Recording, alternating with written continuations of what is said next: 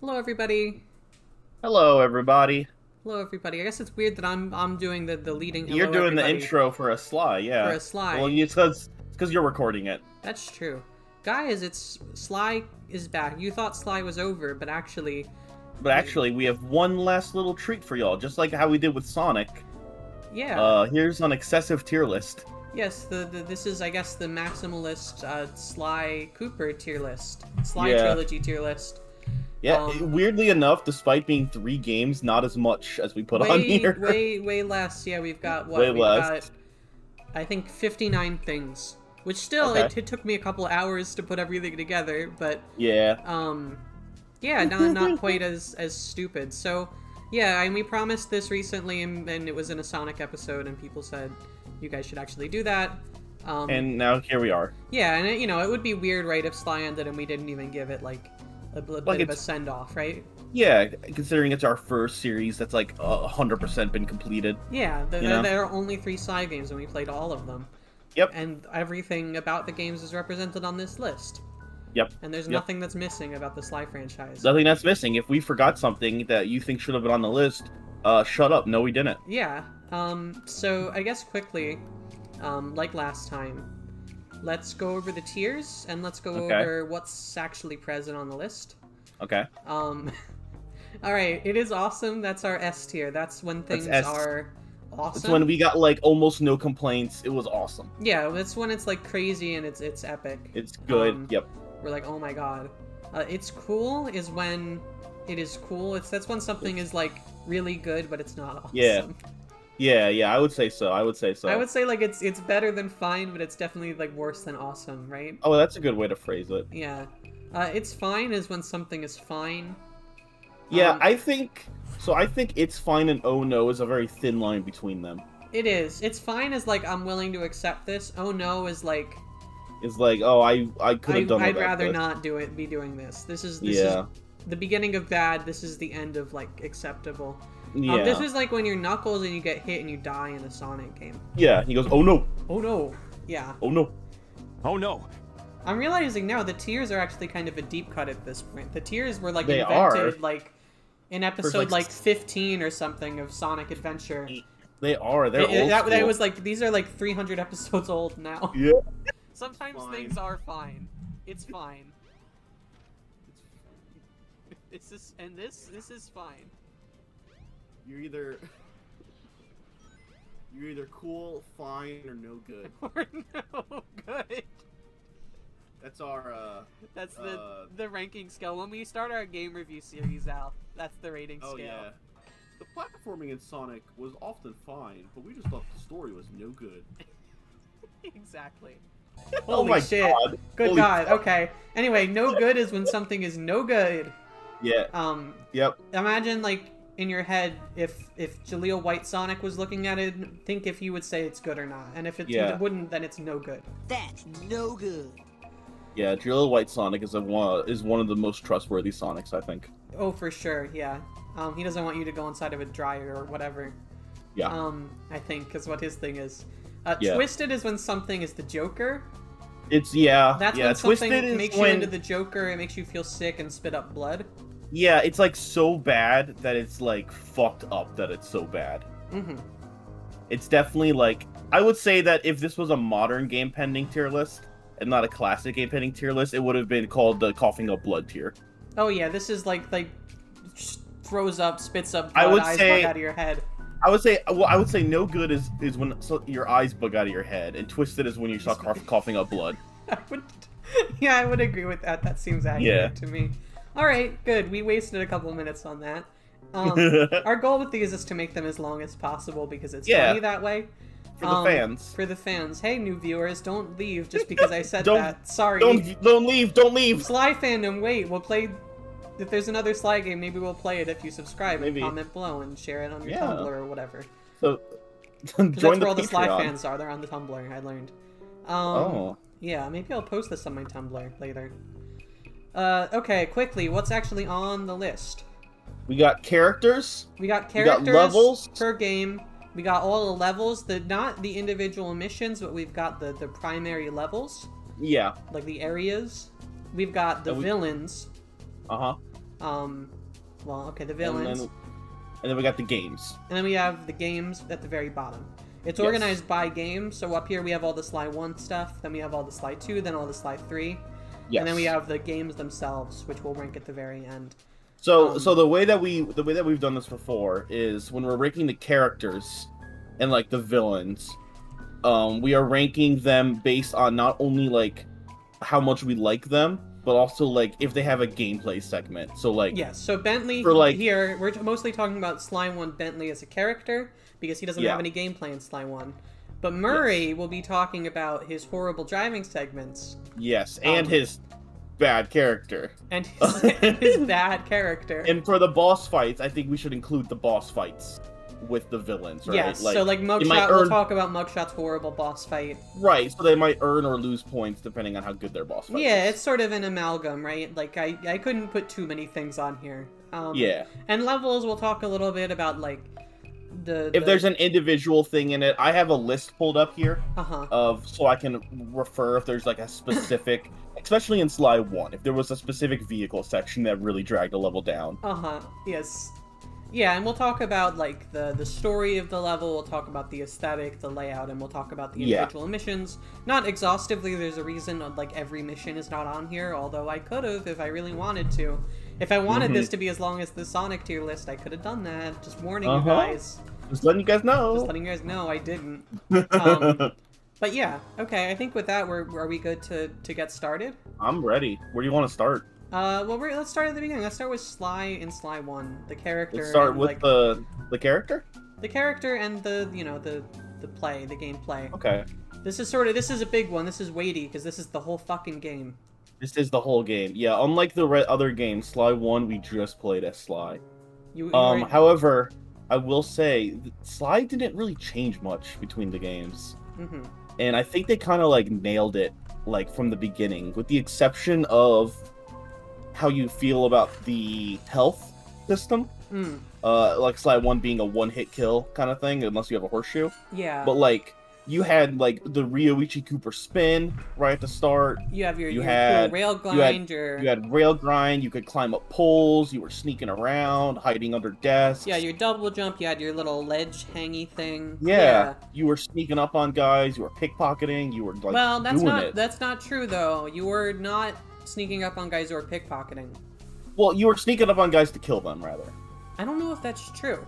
Really. You definitely were. There definitely were some guys where they had a gun and it was better to sneak up on them. That's true. Generally, you just attacked, though. Yeah. Like, Sly 2 is where they really added, like the stealth kill, and then, like, a lot more, like, the spin attack and the dash and stuff for Sly that really emphasized, like, brawling as an alternative to stealth. Sly 1 was very pure, like, platforming. I feel like I might have more to say, though, if I collected the pages. Because then I would have filled out his moveset. Yeah. But even without that, I don't know about you, but I personally would say these games would not have had a future unless Sly was at least it's cool. I absolutely agree. I don't think he could go any lower than this. I don't think he could go any lower than this. Could go higher in future games. I think Sly's character's a little weaker in the first game too. I think he's a little more boring. Character-wise, but like I also think that he's kind of refreshing in a way because he is kind of like he's very confident, you know, and he's not like I'm thinking of other PS2 mascots of that era, like Jack and Ratchet are the primary two. Yeah. And Ratchet is kind of like Ratchet also is kind of similar in that they're kind of like rapscallions. Right. But Sly is like already out here doing this shit. Yeah. And Jack is like angsty. I will say Sly in Sly 1 is way more baby. Isn't he? He's so baby. He's a baby face and he's very like... Go back and look at those comms. Yeah. He's a baby. He's a little chubby little baby. And he's, I think he's a little less mature. Sly in the future, kind of, I think he gets a firmer head on his shoulders. This Sly is a little more like, I don't know. He's more of a prankster, I feel like. Yeah, I think so. But yeah, Sly is good. Bentley in Sly 1 kind of sucks, though. Yeah. Like, he's a tutorial. All he ever says is, Press circle. Sly! They don't even have real art. Note that none of these characters have, like, real Sly art for the first game. They have, like, I had to use, like, concept art. Press the circle button, Sly, to use your ninja spire jump, Sly. Yeah, use the Ryoichi Cooper spin, Sly. Yeah, I don't know. He doesn't do... There wasn't hacking in the first game, right? No, he doesn't even have animations. He just sits at that damn desk. Yeah. And he tells you that you didn't beat the game. Like, he's kind of annoying. His thing is that he's, like a germaphobe, and he's really afraid of, like, going outside. Like, he doesn't want to leave the van. He never leaves the van. He's just sort of like a mean-spirited caricature of a nerd in that game. I also don't think he had many, like, funny lines even, either. No, he doesn't. I'm struggling to remember. Bentley in Sly 2 and 3 is the best character. We agree on that, right? Yeah, yeah. Like, Sly 1 Bentley just doesn't... Sly and Murray are, neither of them are... Or, not Sly. Bentley and Murray are just not characters in Sly 1. They're not. They're not. I'm gonna put him in... I would say, oh no. Yeah, I'd agree. He's, like, not quite... Like, I'm never, like, happy to see Bentley in Sly 1. Yeah. I was like, oh, hey, Bentley. He's just not fleshed out yet. Oh, you know who I'm really not happy to see in Sly 1, though, is... Let's talk about Murray. Murray sucks in Sly 1. Murray sucks. He doesn't fucking do anything. And when he does, he's, like, running around, and you have to save him from getting shot, or he's got terrible fucking car gameplay. Murray's bit in Sly 1 is that he's, like, Sly's useless, oafish fat friend who... Yeah. Yeah, is, like, he eats food and, like, dances in the van, and he's sort of, like, awkward and weird. And then, like, sometimes he'll do field work, but it's always, like, just horrendous mini-games. Terrible minigames. He's like, his voice is different, his personality is different, he's just very unlikable. Crummy dogs keep bumping me off the road! Sly, these crummy dogs keep bumping me, yeah. It's just terrible. I feel like... Terrible. Right? I think he's twisted. I think, yeah, because the car really fucked me up. This character is so bad that they needed to completely rewrite him in the future games to make him, like, a likable character. Yeah, absolutely. Like, Bentley, it feels kind of like Bentley got a glow up in the next games. Like, Sly 2 Bentley feels like an extension of Sly 1 Bentley, at least. Yeah. Sly 2 Murray is just a non sequitur. It's just like... It's a different character. They've reinvented the character. It's a new character. Yeah. Sly 1 Carmelita, I'll let you speak to this, Al. This is all you. I'm gonna take a sip of my drink. So, here's my pitch for Sly 1 Carmelita. Yeah. Carmelita, this is the game. I think Sly 1 is the game where Carmelita's the biggest threat. I would agree. She's the most... I think this is where she's most consistently chasing you. Yeah. Throughout the game. She's got Sly levels 2, built around it. Yes. Yeah. Sly 2, she gets kind of damseled. Mm-hmm. And then in Sly 3, she's like an ally for a lot of it. But in Sly 1, Carmelita is dangerous. I don't want to be like... This is tacky. Can we talk about her ethnicity? Yeah. What? And, like, mysterious. What is Carmelita meant to be? Because in 1, it's very, very, very clear that she's Latina, right? Yes, I would think so. It is stated in the newspaper segments. I'm on the Sly Wiki. Let's see what the Sly Wiki says. Is a female fox family... I don't think it'll say, because it's so... It feels like it's retconned. Because her voice actress changes every game. It does. And in Sly 1, the game is like she is Latina. She is from Interpol. But in Sly 2, she just sounds like she's American. And in Sly 3, she sounds Italian. Like, I'm pretty sure they're like, she's Italian now. She's Italian now. Anyway, Sly 1, I think she's pretty good. Where do you want to put her? I would say, I'd put her up with Sly. Yeah, I agree. I think that she's cool. The most iconic. Some of the most iconic as like a gameplay element in Sly 1. I think these two together made Sly 1 really, really cool. Mm-hmm. Like the whole like thief and the cop. You needed I think they were very smart to include Carmelita so early. Yes. As you need someone like that as a sort of rival for Sly. You get that fun bit at the end of the tutorial level where you're running down the alley. And she's shooting the stuff and there's papers flying everywhere. Yeah, that is fun. Speaking of police headquarters, do you know what that is? Yes, that's the first level. That is the first level. This level is iconic in my mind because it's one of a dozen levels set in fucking Paris. Every game has Paris in it. So police headquarters. It's very short. It's one mission. But it's fucking awesome. I agree. I think it's such a strong introduction to... It's cool. Like, when we were playing it, I was pointing out how cool I thought it was. Like, the credits were coming in. It felt very, like, it's so flashy. cinematic. It's so juicy, right? Yeah, it's juicy. It was like, oh man, I'm excited to get into You've got, like, there's a certain level of polish in parts of Sly 1 that are, like, crazy to me compared to even, like, the sequels.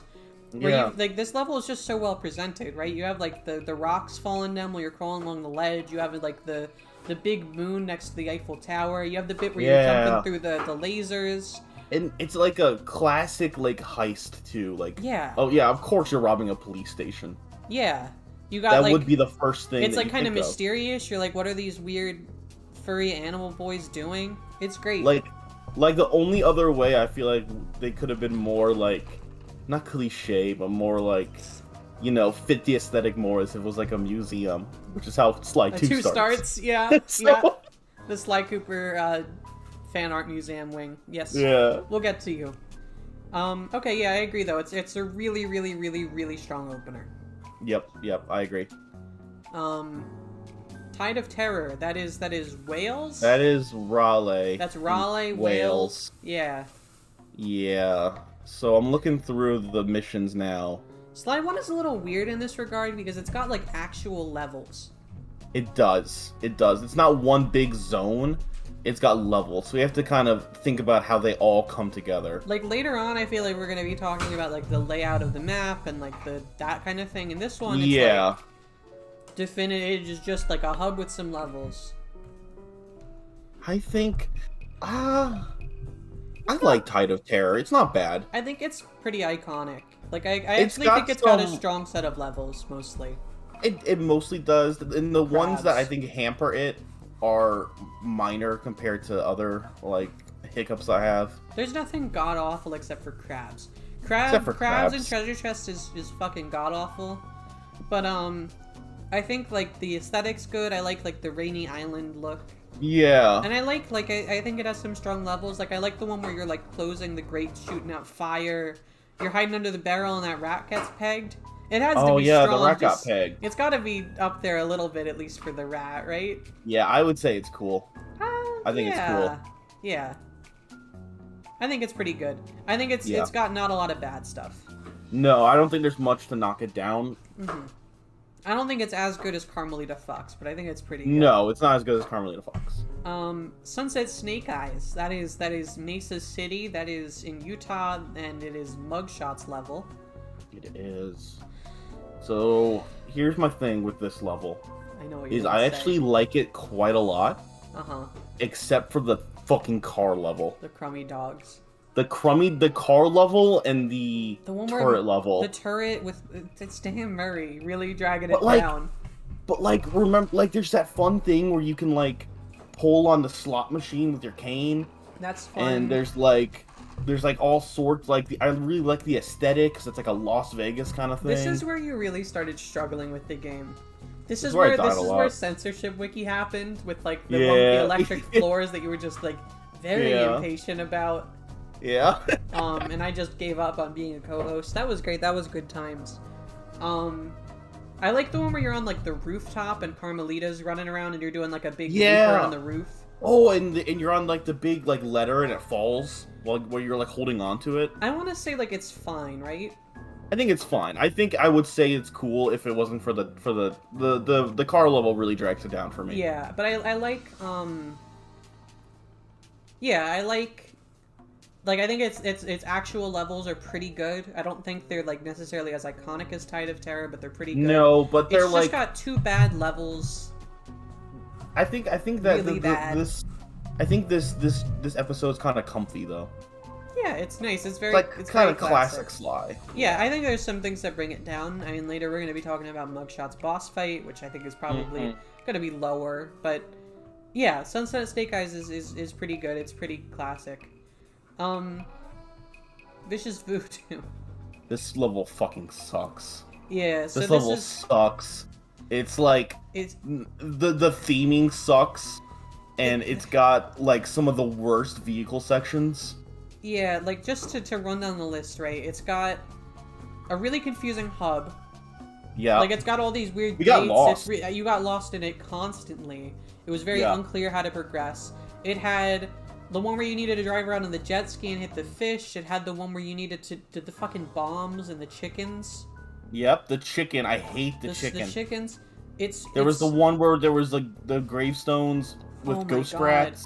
There was. Do you remember the one where I had to do a loop around the level like 3 times? 3 times? Yeah, because you were trying. Because you're trying to get the bottles, right? Yeah, I was trying to get the bottles. It's one of the only ones where you got the bottles, but yeah, that was Censorship Wiki 2, I think.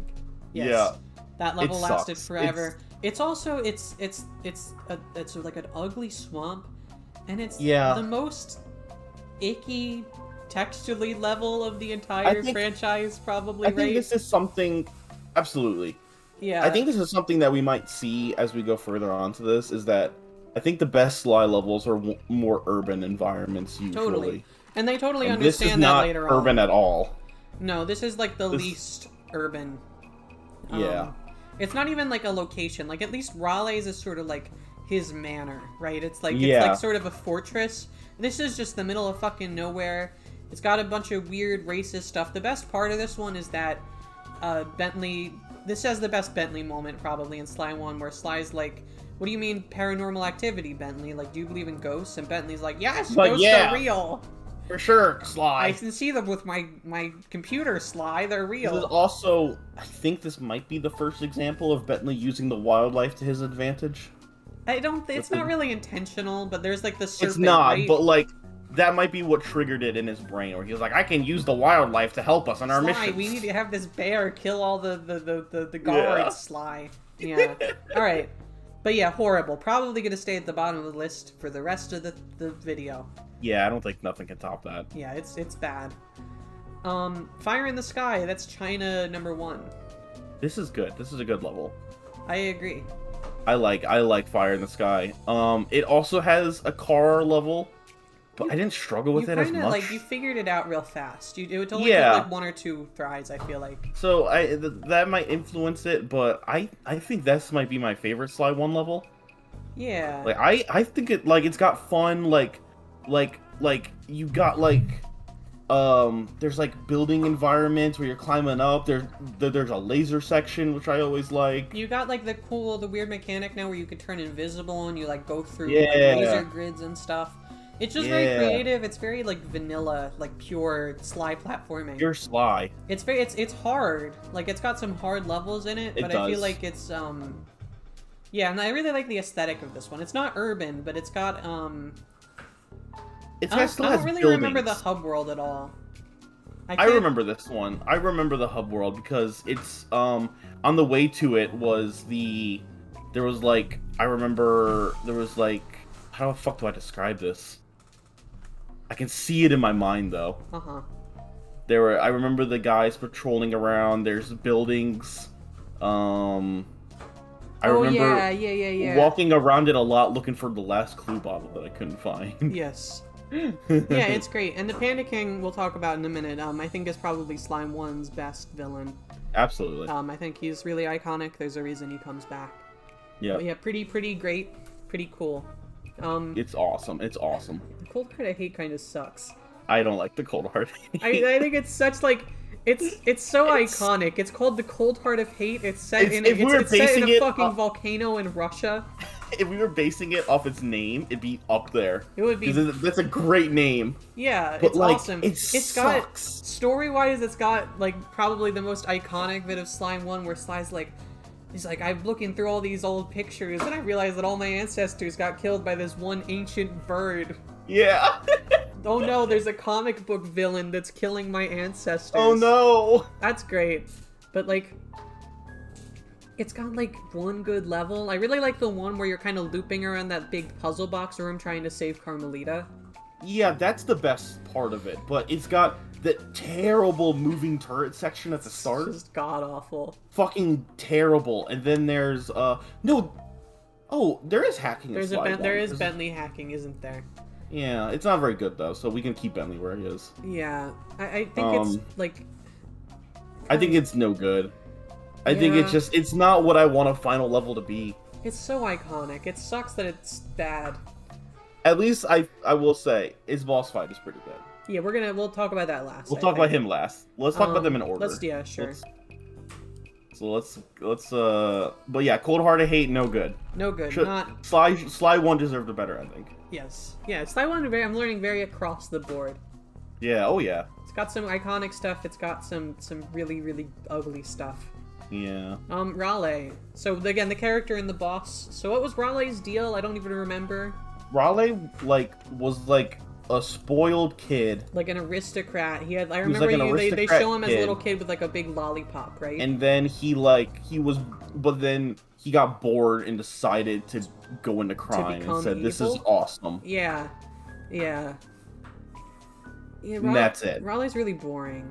He's boring. His boss fight is okay, if I remember correctly. You're going around the platform in like a circle and he's spitting his tongue out and stuff. Yeah, right? I would say it's a fine first boss fight. It's not great, but I think it's fine. And I think as the first villain, I do think it's kind of funny that he just like decided crime was cool. Like maybe it's here. Yeah, I wouldn't say he's oh no, because I don't mind Raleigh. Yeah. Like okay. If Raleigh showed up in a future game, you would not be excited, but I wouldn't be mad about it. No, if Miss Ruby showed up in the future Sly game, you'd be like, why? I'd be like, God damn it, why? Why? Yeah. But like if Raleigh was there, I'd be like, oh, fucking Raleigh, it's really? Really? It's Raleigh, okay. Really? Yeah. Okay, that's sure. weird. Fuck it, Raleigh. Yeah, I think just kind of boring, kind of generic, but he's fine for a first villain. Mugshot. Mugshot, I love his character. It's very funny. His boss fight sucks. It doesn't make any sense, right? It doesn't make any fucking sense. It's one of those like weird Sly Cooper non sequiturs where it's like he's this big giant guy, he's got huge fucking guns, he's ripped out of his goddamn mind, he runs around like a gorilla, and then his boss fight is like a maze where you're flipping mirrors. Yeah, it's like what the I feel like it absolutely was designed for a different character. If this was a future Sly game, Murray would have fought him. Yeah, Murray would have fought him, and he should have been, if they wanted to do this thing where, like, Mugshot is afraid of light, or something, like, make him, like, a bat or something, or, like a mole, like, something that makes sense that it wouldn't like light. He's a dog. It's really fucking weird. Really weird. He's a gangster dog. I do love the aesthetic of the thing. Yeah, I love the performance is iconic. He talks like this. He's mouth is full of. And he doesn't huge. He doesn't use his legs to walk. He like walks like a fucking gorilla, like on his hands. And I will say, I don't have him on the list later. If we factor in Sly 3, I really do like his appearance in that game. I do too. Like, it's just his boss fight. I feel like he might still be like here. He's definitely better than Raleigh, but I don't think I could put him on the same level as Sly and Carmelita. Yeah, I agree. I think the character is really iconic. Put him with his level. Mm-hmm. Yeah. Like, he and his level are about the same. It's fine. It's classic Sly. Mm-hmm. So Panda King's fucking awesome. Yeah. Do you want to talk about Miss Ruby? You want to address it? Yeah, okay. It's racist. Do better. Do better. 1, do better. 2, a rhythm game. A rhythm game? It's a fucking horrible boss fight. It's god-awful. The best part about it is that it's fucking broken. And you're not punished for missing, so I was able to just spam the button. It's the most and like get through it. Fucking shit in the entire world. Stuck. It's stuck. So bad. It's just like the whole like voodoo thing. It's just horrible. And it's weird too because I was struggling with the rhythm of it before I figured out I could just like cheese it. I don't know how you do it as a normal rhythm game. But like I don't think like it was a problem on my end because I was able to do the rhythm stuff in the rest of the series like fucking perfect. Oh yeah, the dancing in Sly 2. The dancing and the opera singing. Yeah. I don't think I ever missed a note. Yeah. I think I was like flawless in it. So it wasn't me. It's just it's bad and thankfully you can skip it kind of. Yeah. You don't have to engage with it. Yeah, Miss Ruby, never want to see you again. There we go. Yeah, right? Fucking right? worthy of his name. The fucking the Panda King. The Panda King, I love baby! Panda King. I love Panda There's King. a reason why it became like a meme later on to just say that Panda King killed Sly's dad. Because it wasn't him, it was his whole little entourage. It was the whole group.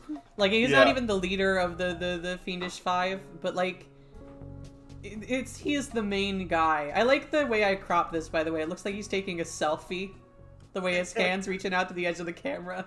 The Panda King also, we don't acknowledge this enough, I feel like, but the Panda King's whole thing is that he tried to, like, sell his stuff to nobles, and they snubbed him, and then Panda King said, "I will blow up the rich." Yeah, he was like a poor guy who was selling like fireworks, yeah. And then all the noblemen were like, "Oh, I don't want this." And then Panda King's whole thing was that he blew up rich people with fireworks, which is awesome and very funny.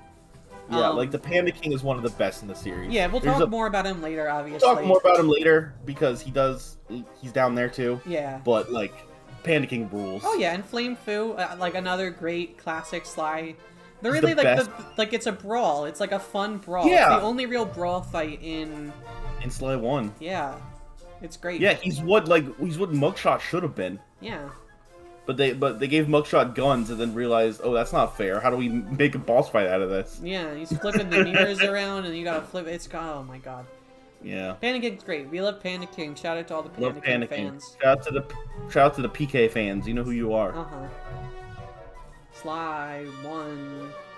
Clockwork. That's right. I'm like, this character isn't called Sly 1. I like Clockwork. I think he's a great villain. I think he's so cool. He's cool and he's funny. Like, the concept of him is so good. This is Clockwork immortal fucking owl. He's a huge giant owl. He was so jealous of how awesome Sly's like great grandpa was that he turned himself into a metal bird using hate as a fuel source. Yep. Is the canonical thing that he did. The hate chip. The hate chip. He's a giant metal owl, and he's awesome. I love Clockwork. Yeah, he's great. I love the reveal he has such of him a cool in the background voice of all the pictures. Yeah. It's so fun. Yeah, his voice is so good. Who voices him? I'm sure gonna find that out. I don't know. It's so good. I love Clockwork. He is voiced by Kevin Blackton. Oh yeah, I think I knew that. Oh, he's like is he a film man? What else have we seen him in? I don't know, but I did know that was who voiced Clockwork. Oh, okay. Because I was on the Sly Wiki earlier today. Rest in peace. Okay. Rest in peace, dude. You did great as Clockwork. Good bird. It sets into like tradition that like there is always an evil bird at the end of a Sly game that gets fucking iced. That's good. Yep. And I think this is probably the best final boss in a yes, Sly I think game, so. right? I think so. I think like there is a little complaint that it is kind of long. Yeah. Because you have like a long turret section, but then like went out of that and like running up the wreckage in the lava like Clockwork's, to go like secret base is like it's like a pillar of junk that's sinking into a fucking volcano, and you're like climbing it while it sinks. And then you smack him in the head. It's very satisfying. Whack his head off into the lava. Yeah, it's great. It's the best one to incorporate Slides because it's just a final platforming challenge. Mm-hmm. And that's like what Sly is all about. I think it's probably in It's Awesome, right? I think it's awesome. I think it's fucking awesome. I think it's right here. Yeah, I've come around to really liking Clockwork. Yeah, it's great. So that's Sly 1. This is actually like a more favorable distribution than I expected for Sly 1. I like Sly 1. I think Sly 1's cool. It struggles from like it's trying to do less. We'll talk about Sly 1 as a game. We'll talk about it because I think it's actually maybe a little less than the sum of its parts in a certain way. Yeah, I think so. But, like, let's see where the pieces fall. Yeah, totally. Sly 2, we're moving forward. We're a year or two later now, and we're talking about a better game. About a better game. Sly Cooper. Sly Cooper, Sly, my man. Sly Cooper. He's better. He's just better in every way. This is a new and improved Sly. He has his whole moveset new and improved Sly. Out of the get-go. He's got his cool stealth assassination kill. He's got pickpocketing. I feel like he's wittier in this game. He's very more adult. He's funnier. He's funnier. He's flirtier. Yeah, like I feel like this is the game really firing on all cylinders, I think. Right, where like it's called Band of Thieves. It's the game where like the side characters Bentley and Murray get to actually like start doing stuff, and they really develop like an actual rapport with Sly for the first time. Yes. Like Bentley and Sly have a really cute relationship in that game. They're all like working together. Sly has this sort of like, he's a little bit like, I don't know, he's got this like kind of wry wit, right? Like, he's great. I love it. I love, and he's got all his moves. You can upgrade him with new moves. Yep. He's got the paraglider. Got a paraglider. He's got, he can like slide, which is fun. He's got pickpocketing. He's got his what is it called? Silent obliteration. Yeah, where you make a cartoon hole underneath their feet and they fall to the earth. Yeah, it's good. It's fun. I always like I think it's just so much fun to play as Sly. Yeah, I'd say like basically remains unchanged in the next game, and this is like you could see why. Yeah. They just did a good job with like they did great. They found a good way to like, you didn't need to change Sly at all to fit in the new style of Sly 2. No. They did a really good job. Sly's good.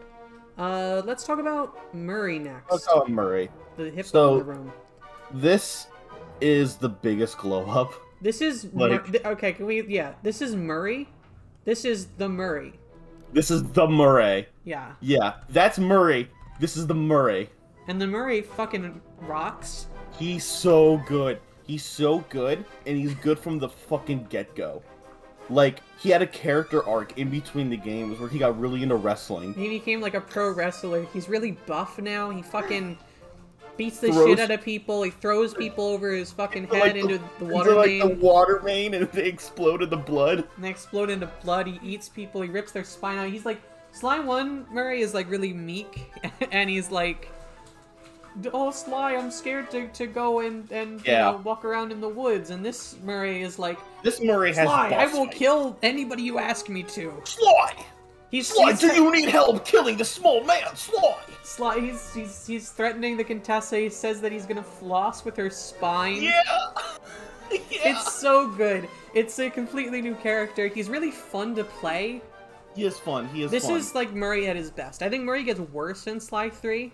I think so. I think Sly 2 Murray's I'd put him up there. Really good, right? Yeah. This is Murray at his... This is also, he has a bit of a character arc at the very end, which is fun. With what happens to Bentley, which we'll talk about. Yeah. But like he's like, you know, he's got emotions in this game, and he's like a real character. Like a character. Yeah, look at the glow up, man. Responding to the world. I know. But like, my man, our boy, the best fucking character is fucking Bentley. I love Bentley. I love Bentley so much. Yeah. Like Sly 1 Bentley, like we said, is a tutorial. He's annoying. But Sly 2 Bentley, he still does, like, you know, he's always the one to tell you how to play the game. Yeah, he's still the tutorial. He's out here in the field. He's getting stuff done. He's using his fun little gadgets. He's got bombs. He's got a crossbow. Yeah. And it's, like, cool because, like, Murray, or, like Sly and Murray are both, like, capable fighters. But Bentley's not. So they had to come up with, like, this cool way for Bentley to fight. Yeah, and I think they did a great job, honestly. I love his funny little safari outfit. I love his safari outfit. It's really funny. He's so funny, too. Like, this is where Bentley starts getting really funny lines. Yes, because, like, they take him out of his element, right? Like, in Sly 1, Bentley is this, like, kind of, like, self-serious nerd character who, like, knows better than you. And in Sly 2, he is out of his element. And Sly is like, it's gonna be okay, little buddy. Yep. And he still gets to be like your cool like plan maker. You get also, like the slideshows too start in this game, which are all Bentley. Also, we'll talk about it in the actual level, but like this is Bentley's fucking time to shine too. This is Bentley's game. Yeah. This game is Bentley's character arc. Murray doesn't really get a game to himself. He gets a little bit at the beginning of Sly 3. A little bit in 3, but it's not enough to carry it. Yeah, but this is Bentley's game. Bentley has a whole section where it's like everything's on him. Yeah. And it's rules. It's really good. I love Bentley. He's blowing shit up. Love him. Carmelita in Sly 2 is at her worst. I think this is her worst. Yeah. Like here? Yeah, like I hate to do that to her. But like she's got the thighs in this one. Like yeah, and like there's fun stuff with her still. Like there's a chase scene in the first level. Yes. And she's a hazard in other levels, which is fun. But like she gets damseled halfway through, and that's kind of lame. She gets betrayed by Nayla and the Contessa, and then like becomes like she's on the run. I kind of like that she's like a roving level element at the end of the game. Yeah, I like that. Like, I like that, but, like, I think she was kind of done dirty. No, I agree. And also, like, the characterization feels really weird. Again, it's just a different character in every game. Like, you know what I would have done, and what I think makes more sense? Is if, instead of Carmelita getting blindsided, if she found out and, like, was, like, noticed something was up, and then confronted them about it. Yeah, and instead, then, like Nayla just kind of gaslight girl boss gatekeeps her to death. Yeah, like it wouldn't have been cool if like Carmelita like discovered holy shit my fucking precinct is corrupt as hell, and then decided this new person I'm working with is trying to become God. Yeah, and then decided to go rogue. Yeah, that would have been awesome. That would have been awesome. Because she always ends up working with Sly at the end, but it's always at the very end. It's at the very, very end. It's always because there's like some super villain and she's like, we need to stop him, Sly. Sly, God appeared again. God is here, we need to kill him, Sly. Like, I hate to put her down there, but this is her worst. Yeah. Ellie, can we pause for 1 second? Yes. I'll be right back. I'm just like 1 second. I'm gonna pause the recording, gang. Alright, we're back. Sorry about that. We're back. Sorry about that. Yeah, Carmelita thighs. Oh, don't worry. I'll talk about her. I'll talk about her at her best. Yeah. So Sly 2 is I think the game where I'm famous for thirsting after Carmelita. Sly 3 that's Al's Carmelita. I don't go there. Shadows from the Past. This is the Sly Cooper 1 fan art museum. It's really weird. I don't hate it though. I don't like it as much as Police Station though. I think it's really well presented. Like the first 2 Sly intros are just really iconic to me. You've got like you're in like there's big dinosaur bones and you can crawl on top of them and they like shake around, right? Yeah. I don't know. Like it's not great, but I think this is the weakest intro. Really, you think it's weaker than Sly 3? Yeah, like we'll talk about Sly 3 more, but this one, because it's another heist that ends with a runaway from Carmelita, it feels like more of the same. I guess you're not wrong. Whereas Beginning of the End is a little teaser for what's to come. It's in media res, which is cool, and then also is like a twist at the end of normally Sly gets away, and this time it's like, oh fuck, Sly fucked up, and now the rest of the game happens. And then the rest of the game happens in the background. That's true. You get some fun stuff in that one. We'll talk about that when we talk about it. This one is definitely way more stock. Yeah. It does have that really funny bit where you meet Nayla for the first time and her and Carmelita immediately start bickering, and then you just see Sly sneaking her way in the background. That's really funny. I don't think it's bad. I think it's cool. I still think it's cool. I think it's fine. I don't know. Yeah. I can... Yeah, okay, I'll give you that. I think it's whatever. Like, I'm not ride or die for it.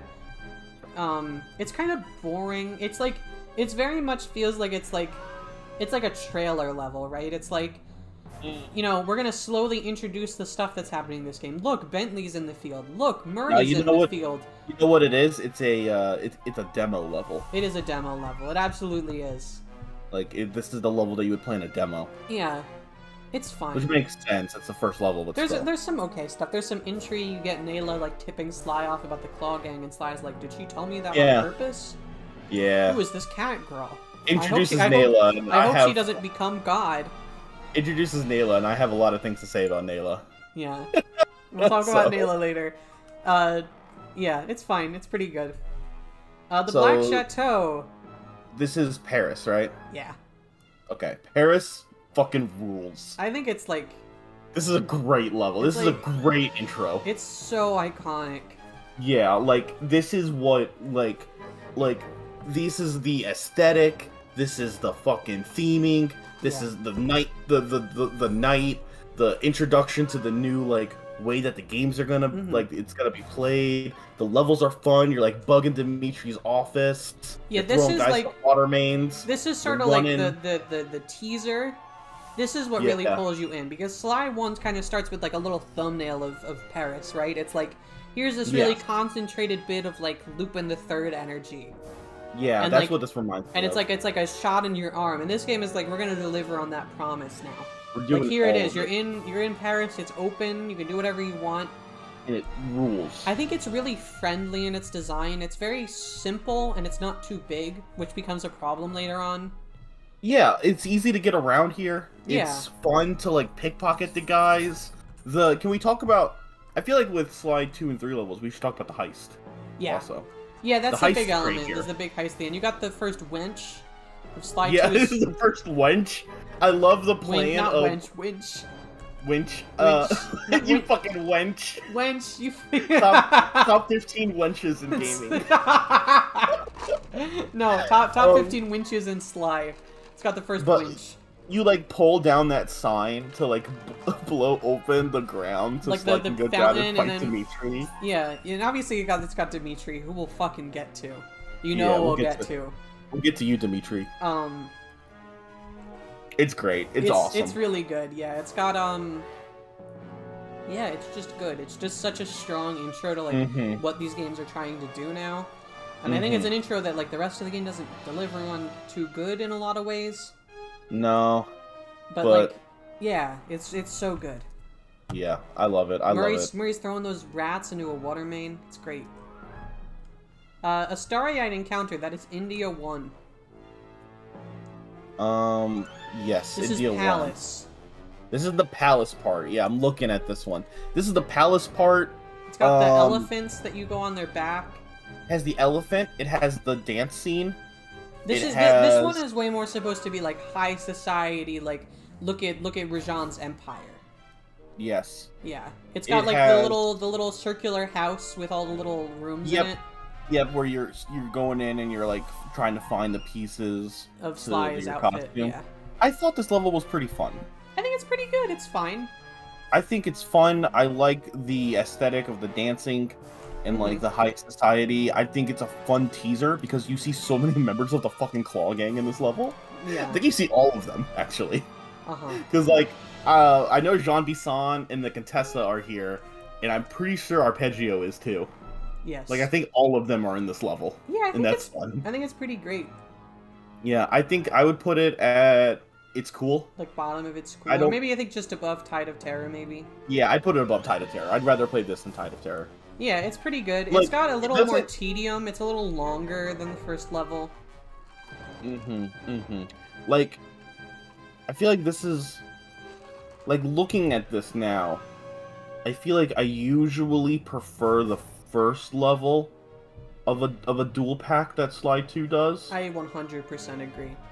Because I really wish that this would have just ended with the Rajan fight. Yeah. Because the next level... Well, there isn't even a Rajan fight. There's no boss fight. For Rajan? Yeah, there is. It's in the second one. There is. Yeah, no, that's what I mean. That's what I mean. I wish Rajan was here.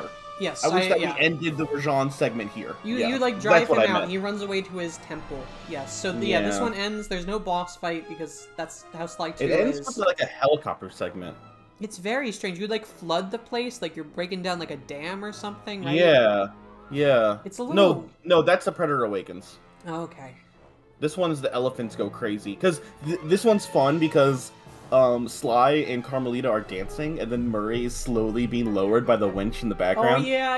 To steal the wings. Dancing. It ends with dancing. You're right. Yeah, it ends with dancing. Yeah, it's pretty good. I think it's pretty iconic. It's very like this is where the it lives up to the fantasy of Sly 2. I think where like the Sly 1 you're sort of doing some disconnected heists. This one has way more of like a globe-trotting conspiracy theory feel.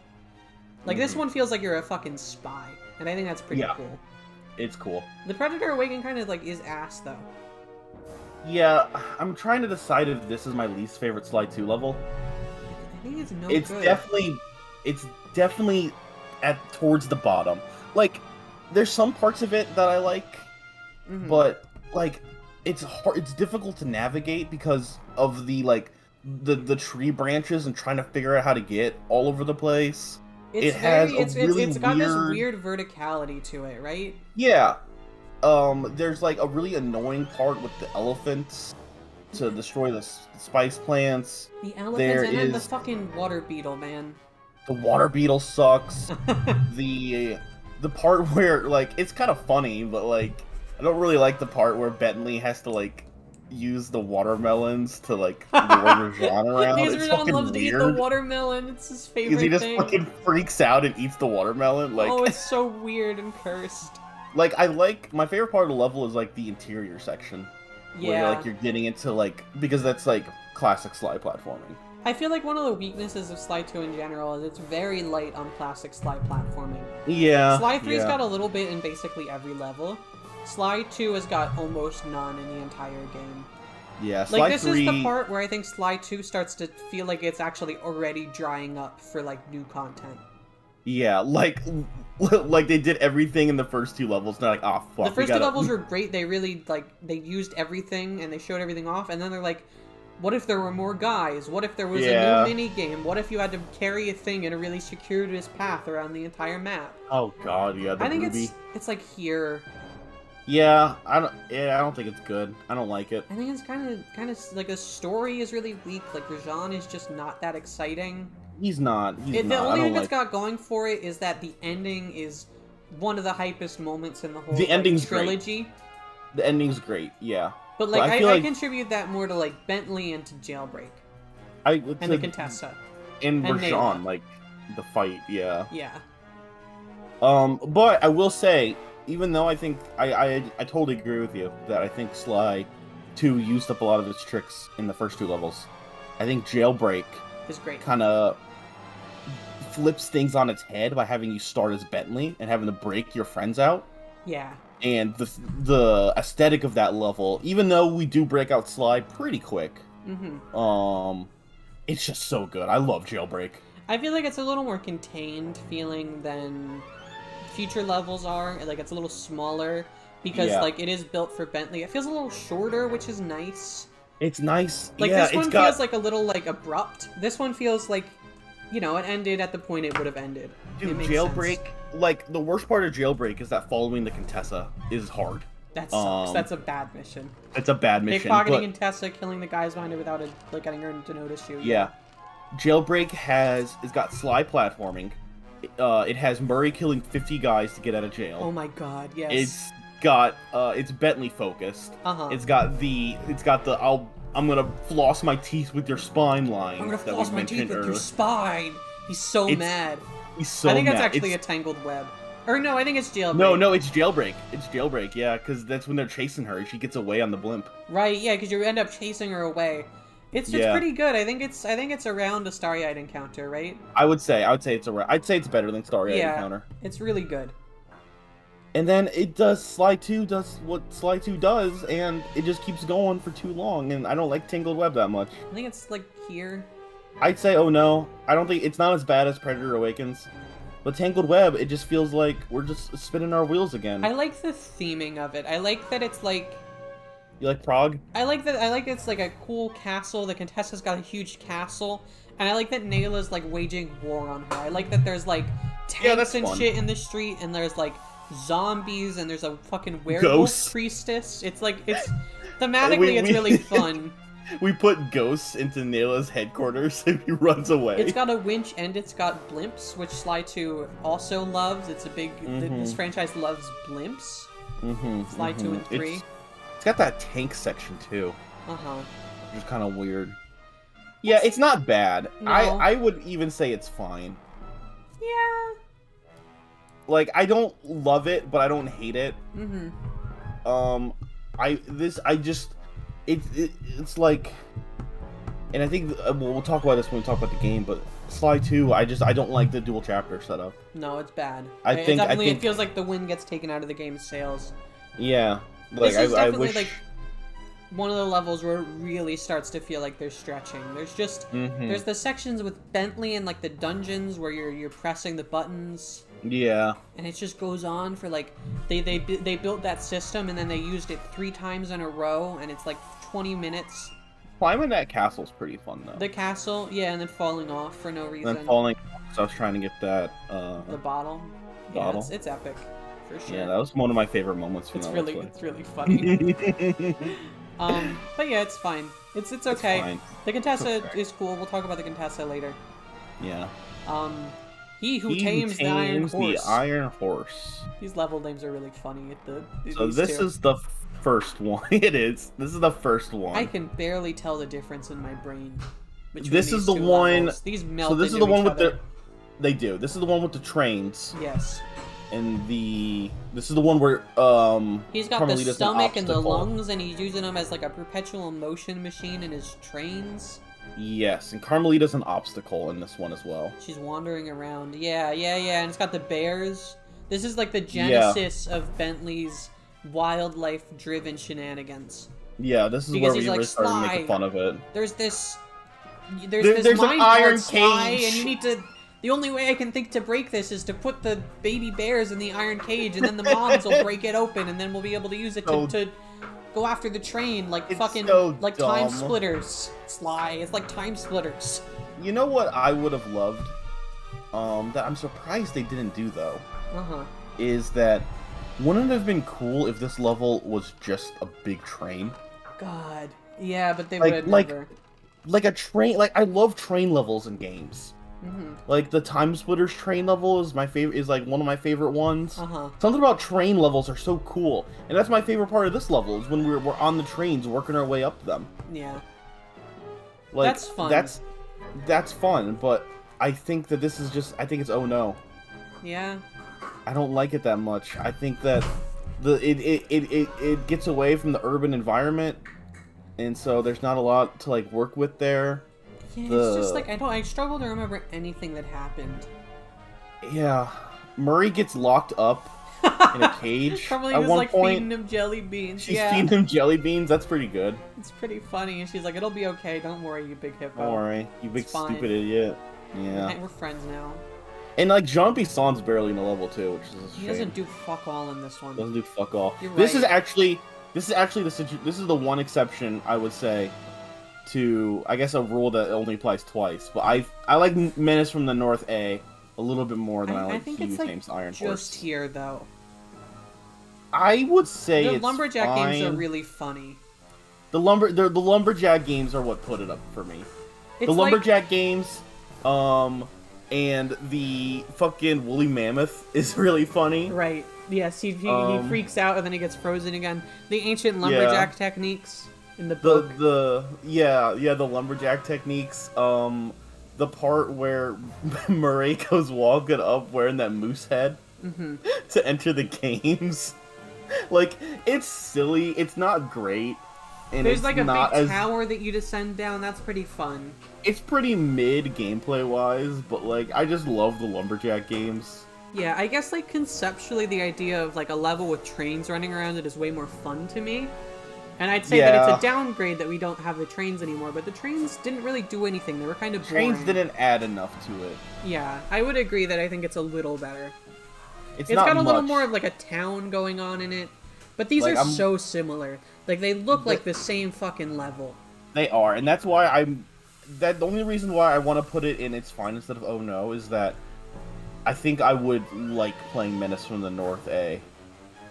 Like, I wouldn't mind. If you asked me to sit down and play all of the top half games, top half levels, I'd be fine with it. I think that's fair.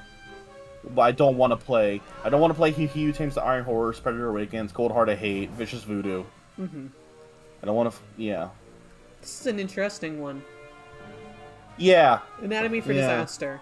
So this is the worst final level name. Yeah, you think it's the worst? Yeah, because like Cold Heart of Hate is like such a cool fucking name. I kind of like it. And Honor Among Thieves does the fun thing where the subtitle is the last level name. Yes. Like, Anatomy for Disaster doesn't sound like a finale to me. I will say, so in the level's favor, I think it looks really cool. I think it's a really unique layout. Yeah. And I think that it's got the most insane story content in any part of a Sly game. Oh god, yeah. It fucking pops off immediately. Sly, yeah, this level opens with, like, a revelation that connects all of the plots of the previous levels into a conspiracy theory to become an immortal owl with the power of hypnosis, causing everyone in Paris to become like a spirit of hate or something. It's very strange. It's kind of awesome. It's awesome, yeah. The bad parts of this level, I think, are it's difficult to navigate because you're in the sky, and it's hard to like get up onto other layers. Yeah, I found, and some of the missions are not good. It's got some really fucking long missions. The barrels. The barrels. I hate the barrel missions in Sly too. It's got some really repetitive ones where you're, like, going into the engines to blow them up, which is, like, okay, but... Yeah, it's not terrible, but I don't think it's very good. Yeah. Like, I really like the idea of a giant blimp, like, fortress, too, which sucks, but I don't know. I think it's, like... I would... Yeah? I'd put it above He Who Tames the Iron Horse. Like up here, you think? But I don't think I can put it in It's Fine. Yeah, I guess, like, as, like, a viewer, right? Because I hadn't played this level in forever. Yeah. I liked this level because it was really funny. I really liked it conceptually, but I think playing through it, you're probably right, it's just kind of like a And, you know, what's a big shame is, Clockla in the background doesn't attribute to the level at all. No, she just flies around in circles. Yeah, it's like, why not have her attack me? This is, like, the one time that I wish they would have doubled up on the finale. Like, give me more of, I need more of this. Yeah. It's okay. I don't hate it, but it's, I get what you're saying. I don't hate it. I wouldn't want to play it again, though. Yeah. Yeah. Okay, let's be a little more honest here. It's like, he's like over here. He's with this level. Yeah. Yeah, Dimitri is so funny. He's so funny.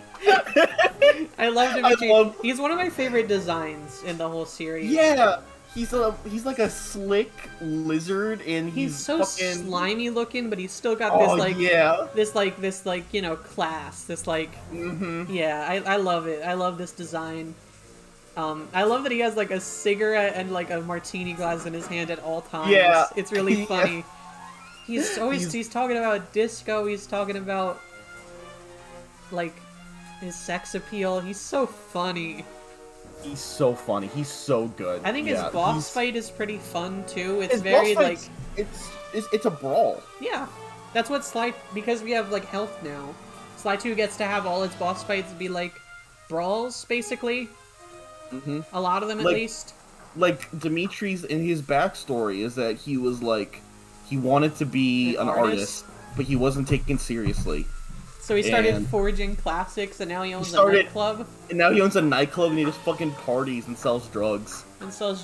Yeah, and he has like a money press that he's making using the clockwork feathers. Like, this is the kind of fun villain that I really like in Sly, because they're funny, and you want to see more of them, but also you really want to like take him down. Yeah, because he like sucks it feels ass. Good. Yeah, it feels good to take down Dimitri. Yeah, but you also kind of like Dimitri. Like Dimitri but you like Dimitri. I like Dimitri as a first villain because he's not like a super villain. He's just like like a sleazeball. Yeah, like he's just slimy. He's really funny. He's really charismatic. Like he's never like antagonistic with Sly. Like Rajan gets angry. Rajan and Sly come to blows. Dimitri's just like, Sly, I'll give you my money if you stop fucking my shit up. Yeah, he tries to bargain the deal. He was like, we can rule this city, Cooper! Wait, let's be friends, Sly Cooper, hey! It's gonna be fucking awesome! Sly's like, I get so much sex, Cooper! Printing money is cringe. You should steal from rich people, Dimitri. Yeah! Yeah. Dimitri's way better of a first villain than Raleigh. I love Dimitri. He's like Raleigh plus. Yeah, he's awesome. Great. I love him. Rajan... The fight is fun, but it's very simple. Yeah. And like, I think he kind of sucks, but... He kind of sucks. He's kind of like... so boring. He's the opposite of Mugshot to me, in that, like, his fight's fine. Yeah. Where Mugshot's fight sucks, but Mugshot's personality carries him so much, and Rajan's got... I can't remember anything about him. I don't remember his backstory. He was like he's like a little poor kid on the street. His backstory is literally that he was like a poor kid who made his money selling drugs. So he's the Panda King, kind of. He's like the Panda King, except the Panda King murdered rich people with fireworks, and Rajan became a drug lord. Yeah. Yeah, and he's just like he's just very vindictive. Like, he's not fun. Like Contessa as like is a super villain. She is evil in a really fun way. Rajan is just fucking boring. I don't like Rajan. Yeah, I don't like him. Put him down there. Put him down in no good. In no good. He's not twisted. He's not racist. Yeah. I don't think. He's not twisted, comma, he's not racist, I think. Okay.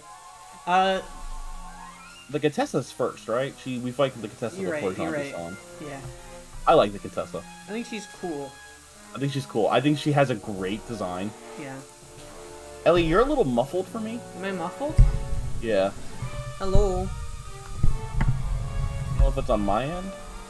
There's something simmering in the background. You might be hearing my Jared cooking. Okay. Hello, everybody. Can you hear me? All right. Yeah, that sounds a little bit better. Okay. I guess you're recording, so it doesn't really matter. But... Yeah. All right. Sorry, everybody. Sorry, guys. Anyway, the Contessa has a great design. Yeah. She's cool as hell. She's creepy. She's like an evil hypnotist and like a... She does have the kind of design, though, that as soon as you see her, and she's like, oh, this is a police-like woman. It's like, no. No, she's evil. She's evil. She's a cop and she's evil.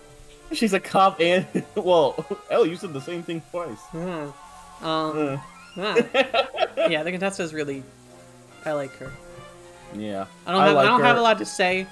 I like her boss fight. Her boss fight's fun. You just beat the shit out of her. You got, like, yeah, there's a lot of, like, weight behind it, right? Because, like... Yeah, I don't know. Yeah, I don't have... She's carried for me a lot on how cool I think her design is. Yeah, she's kind of boring as a character. She doesn't got a lot going on. Her backstory is that she, like, killed her husband. Yeah, which is kind of fun, plays into the Black Widow kind of thing. Yeah. But I don't hate her by any means. I would say she's fine there, and it's cool. Like, yeah. She's definitely, because she's a cool villain. Yes. Like, she also fits into the category where it feels really good to take her down. Yep. Agreed. John By-san. John Bisexual Son. John Bisexual By-san. I love him. This is the one where I have the most trouble separating, like my memes from my dreams. Okay, so here's let's establish the facts about John Bison. Racist. He is racist. Racist against turtles. He's racist against turtles, but he is a lumberjack from the past. He's a lumberjack from the 1800s who was frozen and brought back. That for some reason they give him like 5 of the clockwork parts for no reason. Which he uses to power trains to transport not only drugs, but he also is stealing Aurora Borealis. He's also sucking Aurora Borealis out of the... Right, let me go back to the... I'm gonna scratch out what I said about Anatomy for Disaster. They're going to use Aurora Borealis, which they've stolen from the sky in a giant battery, Yep. To hypnotize everyone in Paris who is on drugs, who's been drugged, in order to become more hateful. Yes. Yep. That's the plot. That's the Claw Gang's plot. That's Arpeggio's plot to become God. Yep. And I love it. It's really funny. Anyway, but Jean Vincent, I feel like he's funny. He has a funny mannerism. I like how he doesn't really give that much of a shit. He's just kind of doing what he wants. Right? Mm-hmm. Like, Arpeggio's like, Jean Vincent, you really should give me your clockwork claws. And then he's like, I like to cut down trees, Arpeggio. He hosts the Lumberjack games, that he rigs in his favor. Which is just, everything about that is so funny. It's really just very funny. His boss fight also is one of the most unique ones. Yeah, is it in a good way? Yeah, I feel like I was bad at it, but I feel like if you're good at it, it could be really fun. Okay. Yeah, but he's pretty good. I love the idea there. He's great. And he's bisexual. Okay, Arpeggio. We're at the very end here of Sly 2. So Arpeggio is a twist villain.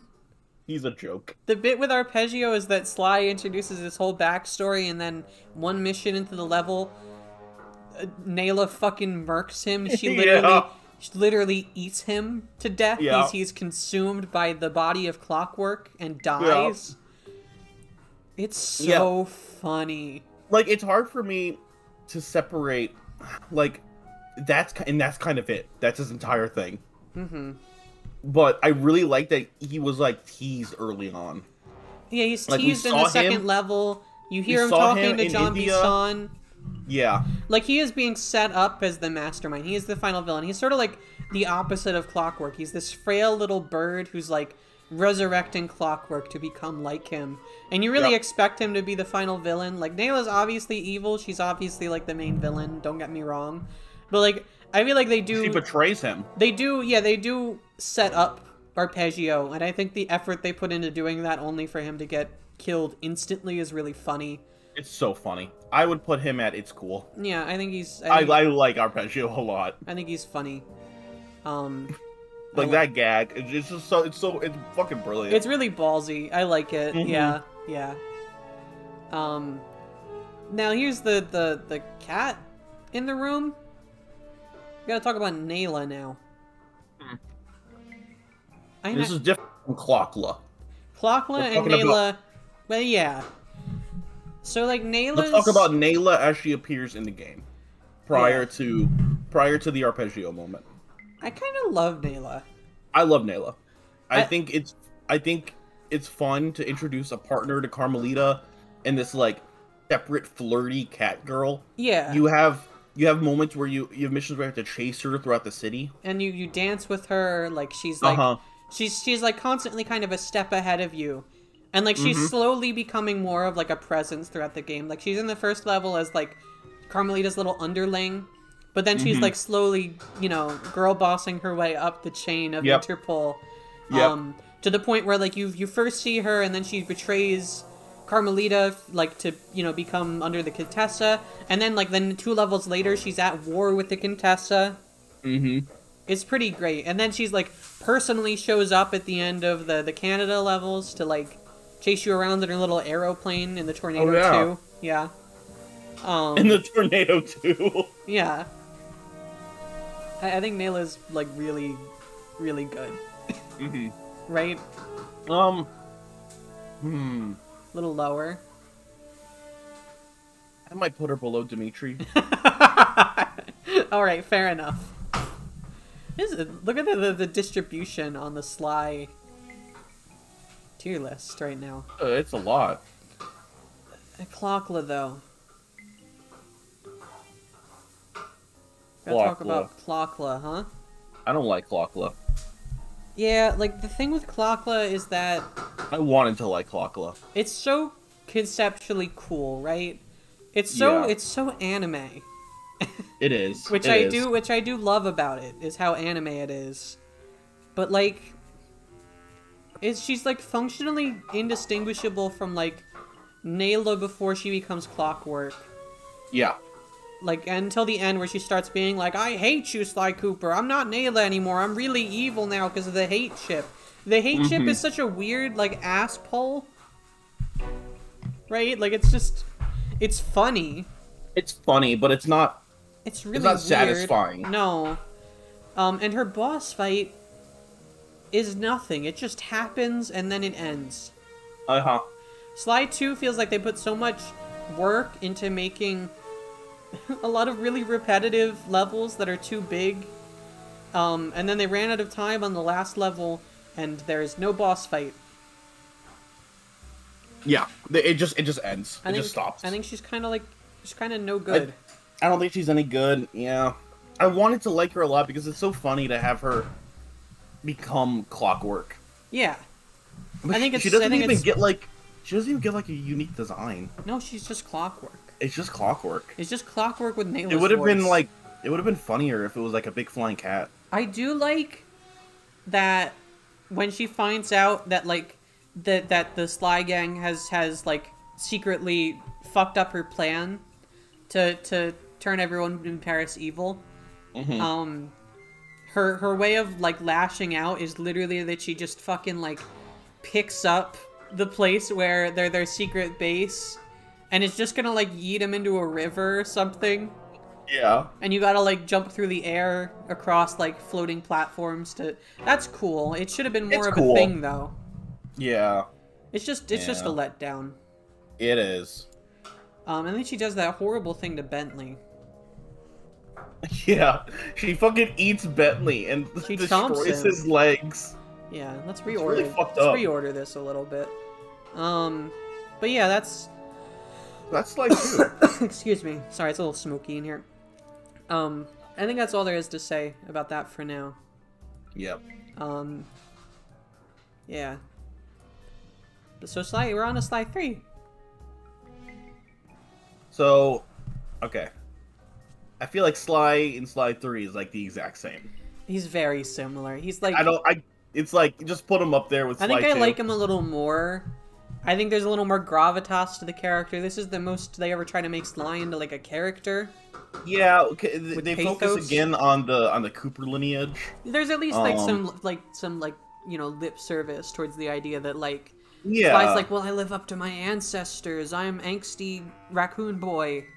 Yeah, because he has that line at the end where he's like talking about how they're a team, and so like it doesn't matter if he's like not as good as his ancestors, because his team is amazing. We don't see much of it. We didn't in our playthrough. We didn't get to see a lot of the extra power-ups and stuff, but they do expand on his move kit and stuff. Yeah, very slightly. It's very similar to Sly 2, though. Ultimately, it is. I would say that's why I'm like, it's about the same. Yeah, I agree. I'm with you on that. It's still Sly. He's still awesome. It's still good old Sly. Yeah. Bentley.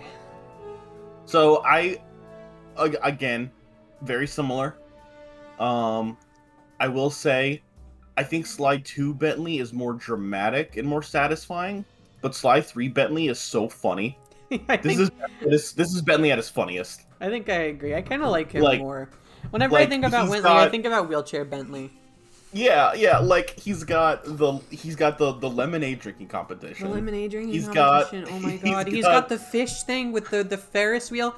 Bentley, like at this point, has he self-actualizes in Sly 2. He has his little character arc where he learns that it's good to have friends. He's like, even though they're intellectually beneath me, they are. Yeah. I still need their companionship. I found myself missing them. I'm Bentley. Yeah. I feel like if Bentley in Sly 3 is living his best life, he's catfishing girls online. He's catfishing women. He's drinking lemonade. He's got a fucking, like, sci-fi wheelchair that he rides around in. He's doing all sorts of fucked up stuff to wildlife. We gotta talk about that, right? We gotta talk about all the fucked up things that Bentley does to natural ecosystems. Oh god. He fucks them constantly. He gets so mad about the fish thing. He gets real mad about the fish. The next level, he's fucking around with an alligator. After that, he's fucking around with a giant wolf. The level is literally called Giant Wolf Massacre. Giant Wolf Massacre! Like, it just keeps happening. It's so funny. Good. I love it. I love it. Yeah. I don't know. I just feel like he's really hanging out at this point. He gets a little angsty. The worst part, for me, the weakest part is like his insecurity arc. Yeah, where he's like kind of jealous of Sly a little. He's jealous of Sly. It doesn't manifest in a way that I think drags him down at all. No, I think it's just like, and it's kind of like almost more human for him to act that way. Yeah. Like, I think this is like a more interesting character. There's more going on with Sly 2 Bentley, but this is like, I love to see Bentley just live in his best life. You know, he gets a girlfriend, and he gets a girlfriend. To build a time machine. They build a time machine in the post credits for some reason. Yeah. Maybe if they made a Sly 4, they can make it about that. They should, do something with that, guys. All right, but yeah, Bentley's great. We love Bentley, guys. We love Bentley. We're Bentley stans. Murray in Sly 3, I think, is the one case of a character getting worse between entries of a game in Sly. Yes. But not by much. I think he's like here. I think he's not. I think he's bumped down from awesome. Yeah. But I still really like the Murray. The Murray. Yeah, he's still like, the Murray here. I appreciate that he's having like there was an attempt at giving him some character drama. Yeah, where he feels bad about what happened at the end of Sly 2. He's sad about the events of Sly 2. And he's like turned to religion because of that, which is very funny. I like that he still has like the brain of Murray even in his like religious state where he's like, I'm not gonna rip anybody's spines out, but like I still talk like this. I'm still a pro wrestler, Sly. I'm still a pro wrestler, Sly. But like the damn I don't even want to say it. The damn Aboriginal ball form.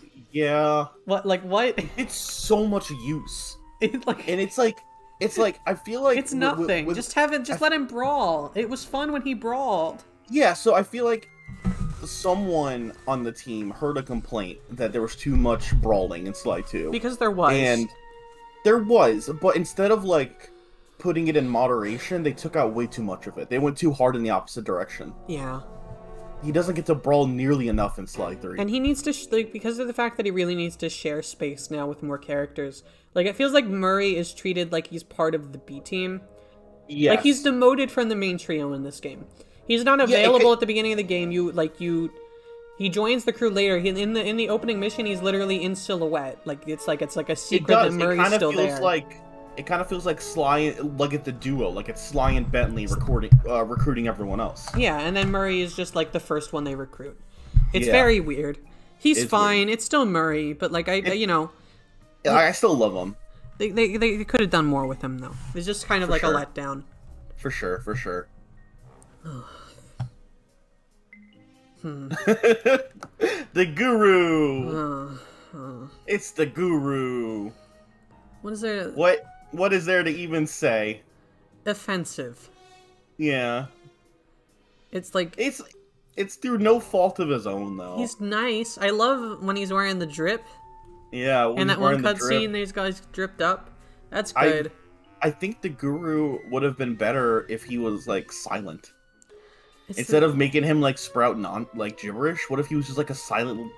I'm putting Sucker Punch down here. This is me yelling at. Is it Sucker Punch? It's Sucker Punch. Yeah, Sucker Punch. Bad. Do better. Bad. Do naughty. Better. I thought you learned your lesson. You guys were doing good. Why does he talk? Why does he make those sounds? I love the Guru. He's fine. I don't dislike him, but like. Why? Why did Bentley talks down to him at all times? He's like, "Hey, little man," and then the Guru goes, blah, blah, blah, blah, blah. Yeah. And this is what indigenous people talk like. Bad, naughty. Yeah, his gameplay's not that fun either. It's just like it's very one note, right? Yeah, it is. It's you get on something and then it runs fast. I like that he has. I like that he's the Guru of the Stone. He like preaches like non-violence, and yet he is the playable character during Giant Wolf Massacre. He's the one that is like on the wolf eating people. Yeah, it's true. It's crazy. Oh, and he does have like this crowning moment at the end of the game with the fucking Kraken. Oh yeah, that's pretty good. Maybe he's up here. Yes, so I want to say I don't think he's twisted. No. But he's definitely not good. Yeah. It's like it's like through no fault of his own. Yeah. Right. It's not his fault. Uh-huh. All right, Penelope. Penelope, this is kind of a complicated one. I really like Penelope. I don't know. How do we talk about Penelope? She's okay. She's okay. I kind of wish she didn't get damseled twice. But I kind of like that she gets to, like... But I like that she gets saves the sword Bentley. fight. The sword fight's really good. I like she's so... She gets damseled, but she's so multi-talented. She's an airplane pilot. She's like an RC technician. She's trained in fisticuffs. She's smart. She's smart. Trained in fisticuffs. She can sword fight. She runs a criminal like fucking like underground ring. It's pretty. Yeah, I don't know. And she catfishes men on the internet. Which is good too. I think she's a cool member of the team. I think she was a cool addition. She's not my favorite one, but I do like her. I think she's up here maybe. I'd say she's at the top of It's Fine. Yeah, I really like Penelope. I like her. I hear things about that character in the future, but I'm not gonna say nothing. Oh no.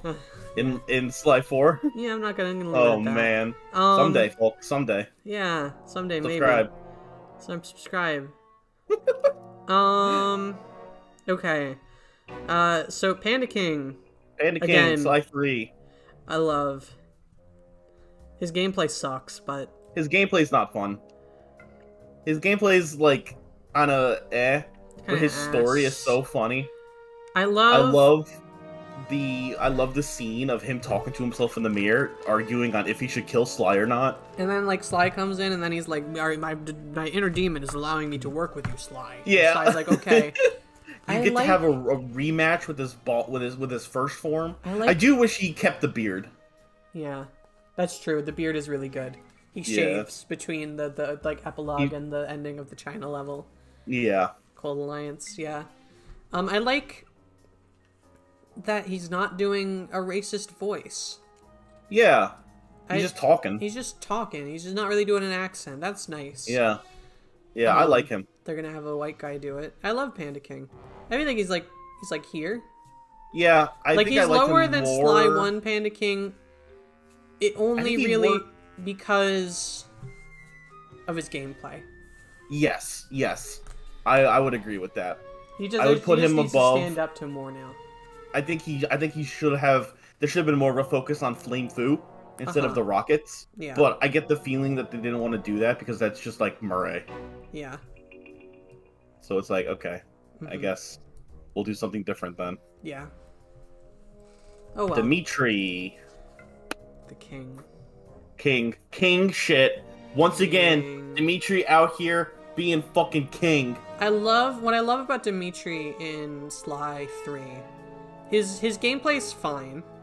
His gameplay's really weird. It's weird, but it's not like offensive. It's not boring. I don't like the controls much on how I have to tap buttons to move forward and left and right, but once you get used to it, it's fine. It's not the best.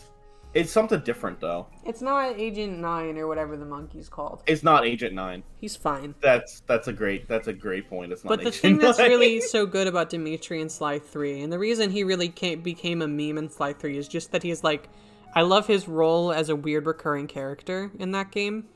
He's so funny. Yeah. He's so funny. He shows up in jail in the first level. You free him, and then he's the announcer in Holland. Yeah.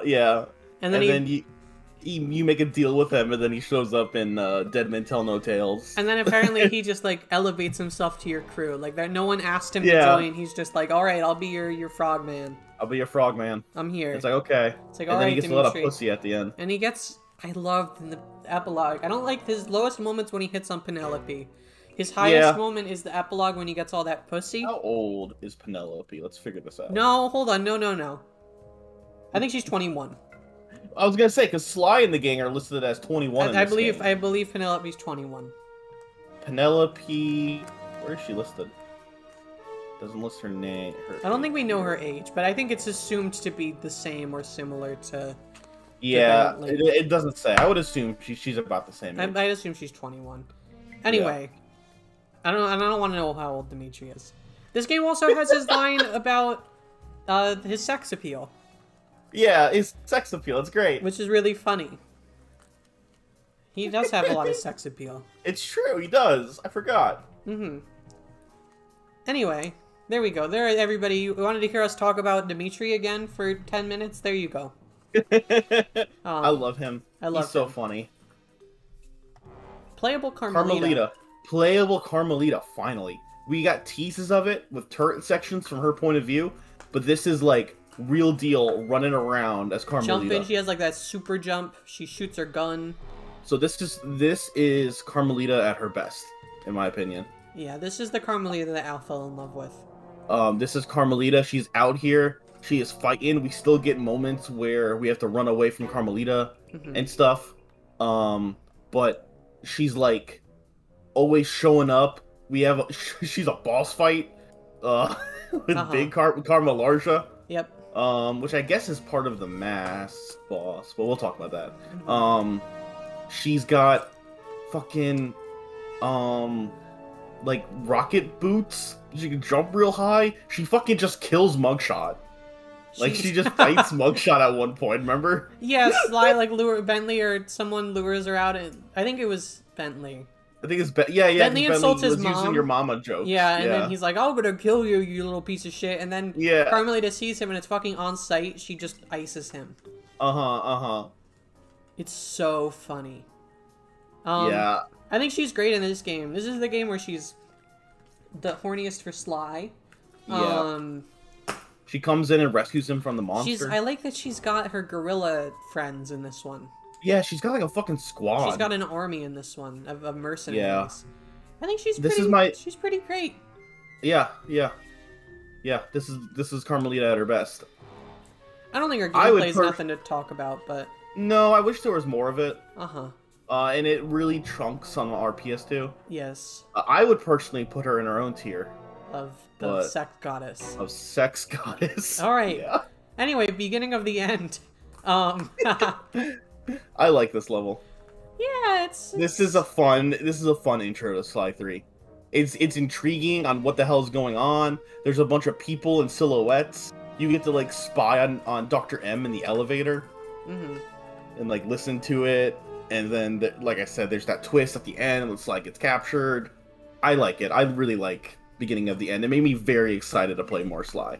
Yeah, it's pretty good. You've got all like the weird characters. It's like it's like a demo. It's a teaser. It's setting up the game. Yep. And I think it does it a little better than Shadows of the Past. I think I agree with that. Yep. Yeah. It's got a record scratch freeze frame ending. It's not as iconic as Police Headquarters, but I like it a lot. Yeah. So, an Opera of Fear. An Opera of Fear. This is Octavio's level. This is Octavio's level. This is Venice. This is Italy? Yeah, it's Venice. It's Venice. I think it's like, in terms of map layout, I actually think it's like Paris tier. It is. It's a contained city. It's pretty easy to navigate. I think this level is great, actually. I think it's really... I like it a lot. Yeah, I think it was smart to not have it set at night.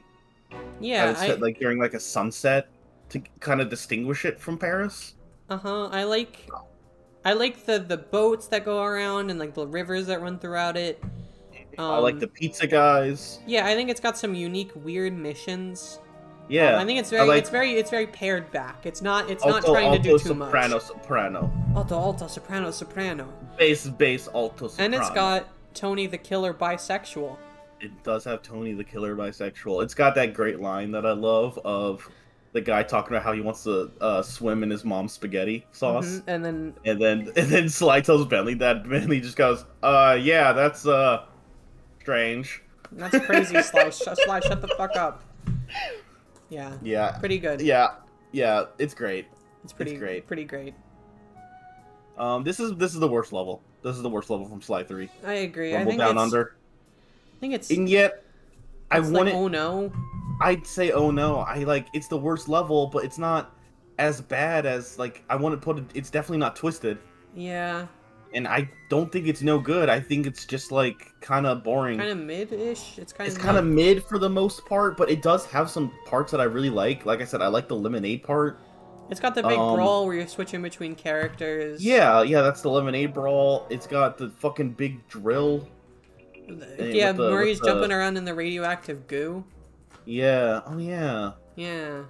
It's got the the mine segment is like classic Sly platforming, which is fun. It's not terrible. Yeah, I like that this is where we start to reintroduce, like, what if Sly just jumped for a bit? What if he just jumped for a bit? What if he didn't need to be doing, like, combat and stealth? What if he jumped again, like it was the first What if he game? jumped? What if Sly did a little jump? Yeah. I think that'd be okay.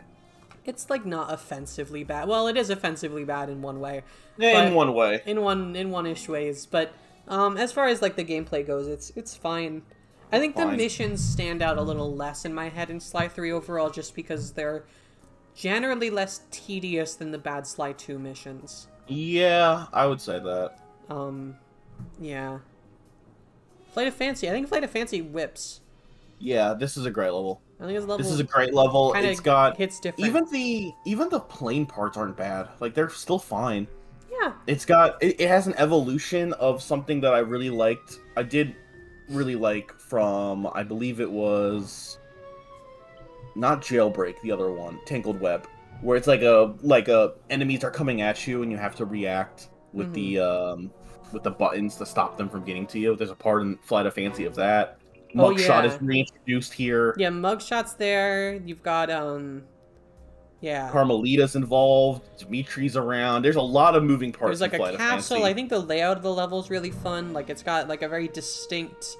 You got like a little block of towns, section. But then you got that big open field. You have like the warehouse. You have like the little like orchard, and then you have the castle. Giant Wolf Massacre. Giant Wolf Massacre is here. Yeah, I really like it. It's got some cool Bentley hacking. The worst part of it is there's like a concentrated section of Bentley hacking. Yes. I'm realizing now we never even mentioned the Bentley hacking in Sly 2, even though it's so prevalent. And that's because it's so fucking forgettable. It's nothing. Like, it's fine. Like, I never hated having the hack. It was just something I did. Yeah. It's fucking near automata hacking. It's just like, okay. I put it above Opera of Fear, I'd say. I think it's like... Yeah. I think it's really unique and fun. Yes. Yeah. Yeah, I like it. I think it's really good. A Cold Alliance. This level's wild. This level has some wild shit going on in it. Between the part where the guru levitates all those things. You're jumping on guys' heads. You go to like a spirit anime battle in like Bamboo Dimension. We fight fucking General Chow. General Zhao. General Sao. Sao, yeah. Sao. There's a fucking dragon. There's a dragon. There's an RC car segment. There's an RC car race where they're trying to like. There's like an ancient tradition where they blow up foreigners on the top of a mountain with dynamite or fireworks. It's a great tradition. It's really. It's not. It's culturally insensitive because Sly zombies show up. Sly as a franchise is culturally insensitive as a rule. There's hopping zombies, and then of course the Panda King. It's the Panda King centric story. The Panda King level. Carmelita's here in it, and she gets to wear a wedding dress, and she's really hot. Yeah. Well, okay, some of that. It's got, I think, my favorite like big final mission of any. Sly game. The heist here is really fun. You're going back and forth. You're stepping back and forth through time, and then like you blow up his treasure room and you dump it into the sea. The van shows up. I guess I said we should talk about the heist, and then we never did talk about the heist. It's fine. It's fine. Comment below if you're mad about it. Let us know in the comments if you're upset about that. Yeah, I'd say it's awesome. It's awesome. It's great. It's a great level. Yeah, it's pretty great. You've used the same picture as Fire in the Sky for because Cold that's Alliance. The picture that they had on the Sly wiki for both of them. That's apparently they're set in the same place in China. They're like China. It is in these mountains. Okay. And I'm like, okay, Sly wiki, I will take what you can give me. Dead Man Tell No Tales. This is the most unique level. It's really weird. This is a weird level to put in at the very end. You've got as the second to last level is fucking bizarre.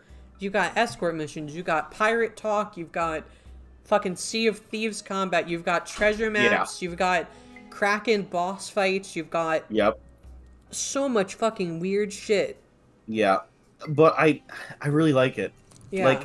Like I know that I struggled a lot with the ship combat and I wasn't very good at it, and I'll take that and I'll admit that the ship combat isn't the best, but the experience of it is really cool. And if I wasn't doing it for a show, I would have explored more of the sea, definitely, and like kind of farmed gold for sure. Yeah. But like you were really bad at it. Yeah, I was really bad at it. There's a whole episode of me of just ship combat, I'm pretty sure. But I don't know. I really like Dead Man Tell No Tales. I think it's like I think it's here. Cool. It's pretty good. Yeah, it's not as good as, you know, like it's dragged down by its gimmicks, but I also think its gimmicks are what like makes it so memorable. I agree. I'm with you on Honor that. Among Thieves. This is a tricky one. This is the one, it's like one final mission for everybody. Yeah. Except I don't know if you ever play as Murray. Or you don't play as the Panda King. Or the Panda King, you're right. You do play as Murray, you have a fight. Okay, you fight a mob with... fight. Yeah. Yeah. It's good. I think it's good. I don't know. It's not horrible. It's good. I kind of wish it was fleshed out a bit more. Like, I kind of get the same feeling as I had for Anatomy for Disaster, where, like, I almost wish there was more to it. Like, I feel like they were setting something up with the Cooper Vault. And with, Sly and Murray and Bentley going down there. I wish Murray and Bentley got to, like, explore the Cooper Vault as well. Like what if there was a segment where Sly, to really hammer home that Sly is not just, like, he is his team, right? His team is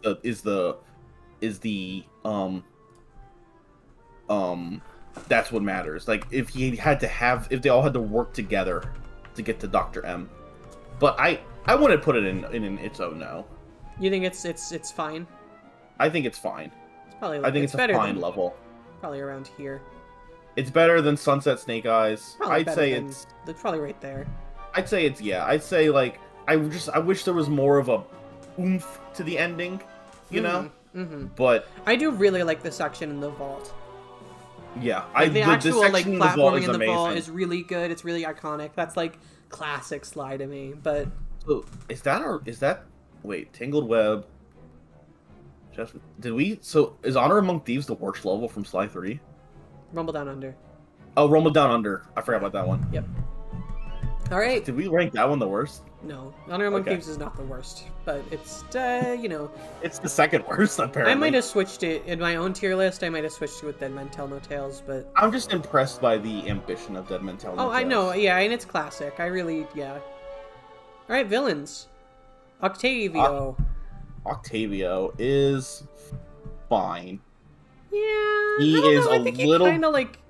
I think he's oh no. I think he's a little bit better than Raleigh. Yeah. I like the opera battle with him. I like the part where he just steals Bentley and runs away. The boss fight really elevates Octavio. Octavio, like, Sly 3 has really iconic boss fights, like these long, multi-phase boss fights. Yeah, I like that he hates the Beatles so much. He hates the Beatles so much that he started trying to, like, sink Venice into the ground with tar. Yeah, his plan is nonsensical. That's the one thing that stuck out with me from this Let's Play is, like, I'm like, yeah, what was his deal? I don't really get it. Yeah, here's one of the things that I know we're not separating them, but the Claw Gang, I really like that they were like a cohesive unit, and all working together. Whereas in Sly 3, it's completely separate. It's completely separate. There's no connection whatsoever between them. Yeah. But Octavio's fine. Like I said, I like him more than Raleigh. Not as much as Mugshot, so that's a good place for him. I think he's a decent starter villain. Yeah, he's fine. He's okay. The Black Baron is Penelope. That's just Penelope. I think that, like, the Black Baron is funny, but I think it's, like, worse than Penelope. Yeah, I almost wish it wasn't Penelope. Yeah. Like, I feel like it would have been more interesting. It's really weird that it's Penelope, right? It is. It's weird, and I don't know, like, it kind of takes away from him somewhat that he's just Penelope. Because I was kind of interested in what the fuck was going on with this guy. Yeah. And then the answer is, oh, it's this nothing. Little chick. It's this little mouse. It's this little mouse girl, and now the underground dogfighting AC ring is gone, I guess. Well, yeah, I don't know. It's a little weird. It's very shaky character. It's shaky. He's okay. I like how he talks. I do like how he engages. He talks like this. I'm trained in fisticuffs. Yeah, it's pretty good. Again, I think I'd be more positive on it if he wasn't Penelope. Yeah, it's a strange twist. Yeah, not one I particularly like. These are mixed up. Next up we have the. I guess the mask should have been first. Yeah, the Mask of Dark Earth. The Mask of Dark Earth. So I think one of the things that makes Rumble Down Under one of the more shaky chapters, besides, is the fact it doesn't really have a villain. It doesn't. The mask is the villain, and it's just running around doing evil. It's just doing evil stuff for no reason. For no reason whatsoever. It just exists and is evil. It's very unclear. And then it makes Carmelita big, which was really funny. I like funny. that. That part's funny. Yeah. But the mask has no presence. Like there's no way anyone on this planet says the mask is their favorite Sly villain. I would say he's no good. Yeah, I agree. It's no good. I'd put him below Rajan. Yeah, I think he's down here. Like Rajan had more of a presence. Yeah. The mask is like literally just evil. It's just an evil force. So it's like, okay, whatever. Yeah. Lafouille. Well, no, should it be General So first? Oh, you're right. These are totally in the wrong order. General So, fun, I think. Yeah, I kind of like him. He's a rooster. He's very pompous. He's pompous. He's like definitely, I think, the villain that like has a personal vendetta against Sly the most, besides maybe Dr. M in this game. Like he really does not like Sly. Yeah. And is like, I like that he like figures out your shit and then like sneaks into the Cooper base and steals the laptop with all the plans on it. Oh yeah, he does steal the laptop. And it's really confusing because Bentley's got like slides of that happening. It's fine. Like it's like he was accidentally taking selfies while he was doing it, and like Bentley found out, and he's like, "Oh my god, no! He stole our shit. Our plans are ruined." But he also like figures out the photographer scheme where Sly dresses up like someone from Ohio. He dresses up like the nostalgia critic. Yeah. Yeah, go on. I really like the fights you do with him. Yeah, I do too. I think he's pretty good. I think he's cool. Yeah, I agree. I think he's probably better than like over here. I'd put him with Arpeggio. Yeah, right about there is good. Yeah, he's good. He's good. I like General So. He's funny and very evil. Very evil. Speaking of very evil, now we can actually talk about Lafouille. Lafouille is, I feel kind of similar about. Yeah. He's like a nasty bird. He's horrible. But Lafouille's a little more of a fucker, I feel like, than General So. Lafouille is very evil. Yeah. Like General So was like kind of honorable in a way. Uh-huh. But Lafouille is like nasty and crafty. And yeah, like, and he kidnaps. I don't like what he's doing with Penelope. That makes me uncomfortable. It's a little uncomfortable. He's very like pompous and full of himself. He thinks he's super smart. Yeah. I like it. This is our requisite evil bird that eats shit, by the way.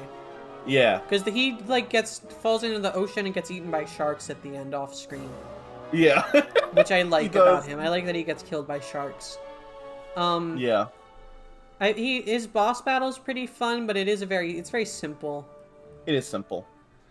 I think he's okay. I don't know. I kind of want to say he's like at the top of fine or like below Penelope. Yeah, I'd say I'd put him in. It's fine. Yeah. He's a fine villain. Yeah. I would be. So if I'm using my metric on, like, would I be happy to see Lafouille again? I think I would be okay to see Lafouille again, even though he died. Like Lafouille, Octavio, and General So, if they appeared again, that'd be cool. Yeah, I'm with you. We got Dr. M. Yes. So Dr. M's weird. Uh-huh.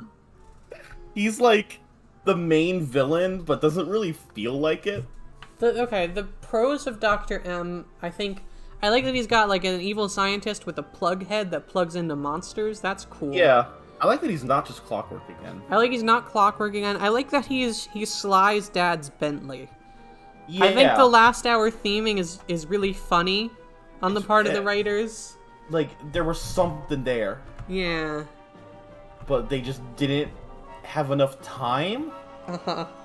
But, like, there was something there. I like that he makes a whole bunch of, like, mutants and chimeras on the fucking, island. Yeah. Like, he makes that big thing under the water. He makes the big, like, flying whale. Oh, he has the big anglerfish. Yeah, the big flying whale and the big monster, the big monkey guy that Carmelita shoots in the head. Yeah. Yeah, like, that's fun. Yeah. I like all his, like, contraptions trying to blow open the vault. Uh-huh. His boss fight is kind of weird. Yes. And not very satisfying as a finale. Uh-huh. It did feel like kind of like, oh, it's over, alright. Yeah, it's very abrupt.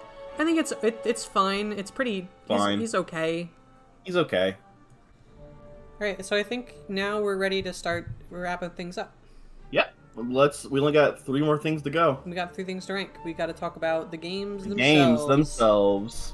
The most fun and spicy part. Because again, I felt like the image is less clear now that everything's here, I guess. Yeah, it's pretty spread out evenly. Uh-huh.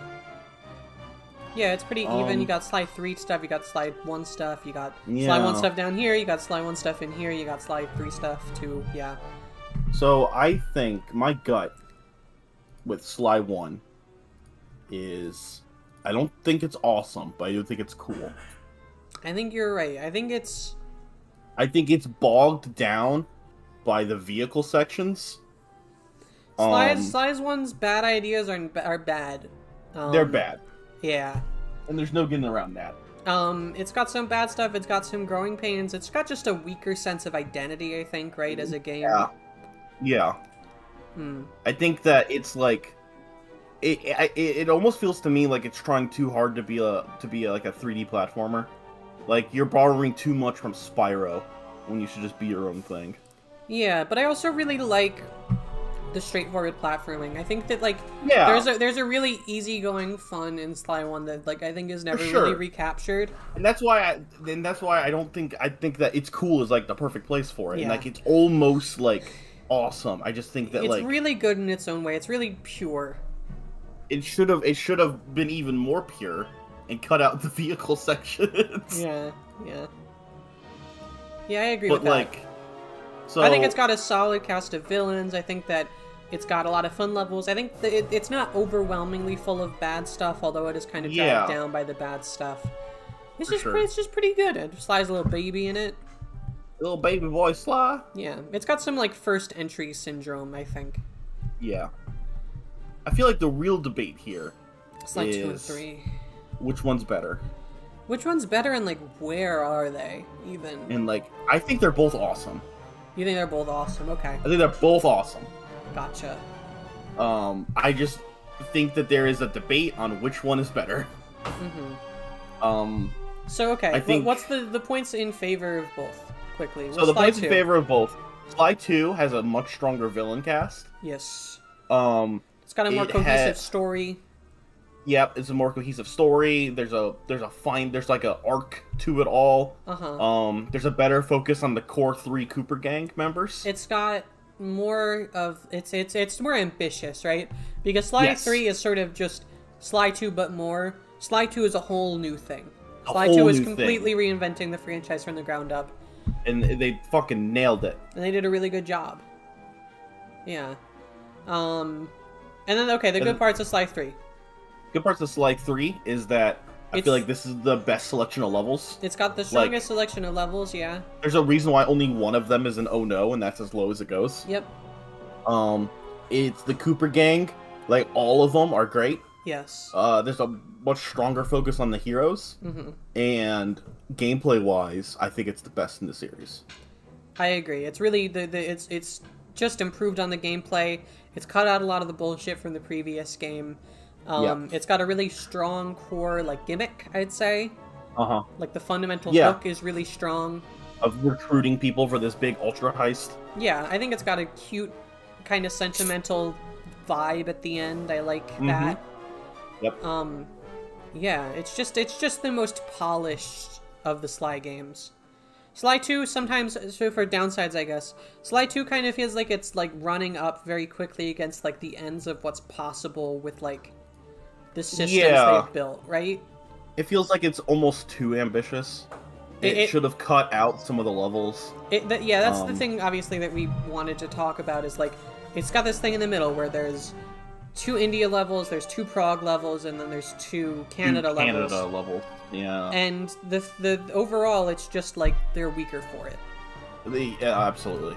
Yeah, it's just, it's too much of, like, the same assets, the same aesthetic, the same themes, the same characters, and it just stretches. Like, the missions go on way too long. It feels like there's so many draggy missions where it's just fighting a lot of guys with Murray, or pickpocketing a lot of guys with Sly, or blowing up a lot of things with Bentley. Or, like, canned segments like hacking, which there's so much fucking hacking. There's so much hacking. Where it feels like they really built from the ground up a bunch of stuff you could do, and then they said, yeah, we could probably do 8 levels. And they didn't have enough to do 8 levels without it getting really exhausting, and, like, the assets getting stretched really thin. Yeah. And then for, like, Sly 3, what's the weakness of Sly 3, would you say? I think the weakness of Sly 3 is almost that its characters are spread a little bit too thin, and that some characters like Murray suffer for it. Murray doesn't get a lot to do. None of the... I like the side cast. I think they're all okay.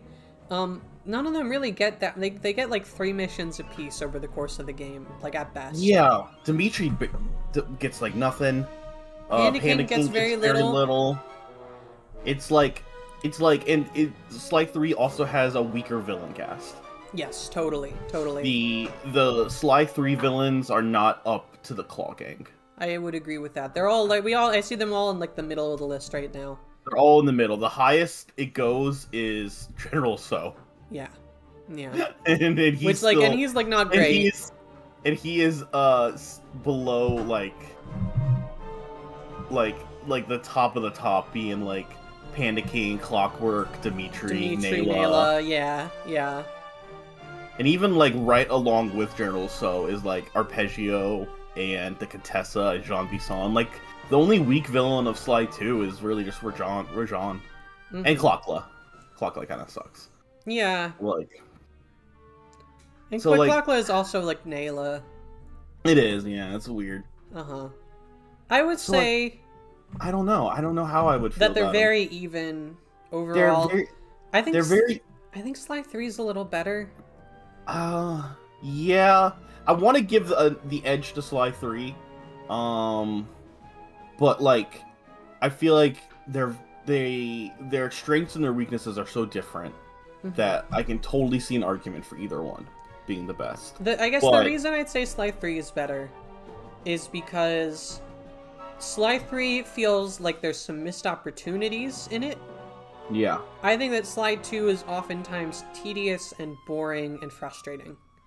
And I think Sly 3 is really rarely that. Sly 3 has, as a game, Sly 3 is just more fun to play, I think. Yeah, Sly 3 has taken Sly 2, it's learned from it, and it's pared down a lot of the stuff that was... pared down and polished a lot of the stuff that was, like, mediocre about it.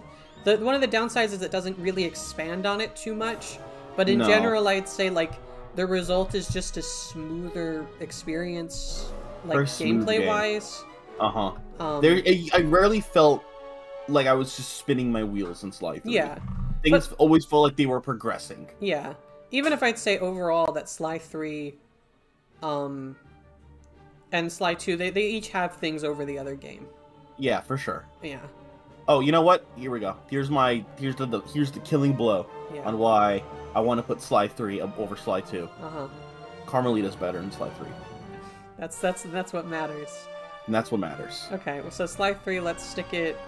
Let's put it in. It's awesome. I'd put it right below Bentley. And I'd put Sly 2 right next to it. Yeah. I like it. I think that's it. I think. All right. Yeah, we ranked. This is a damn good list. I think we ranked everything we need to rank here. Yep. Yeah. We've done it all. Yep. All right, guys.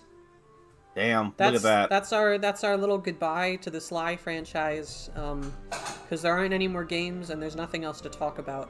Well, okay. Let's address the elephant in the room, right? The one that everyone's thinking about right now. Yeah. Will we play Sly 4? I don't know. Maybe. Maybe. Buy Al a PS3, a capture card, Sly 4, and a way to like teach us how to stream it to me over Discord, and then we'll play it. Yeah. But for now, yeah, I think this is our goodbye to Sly.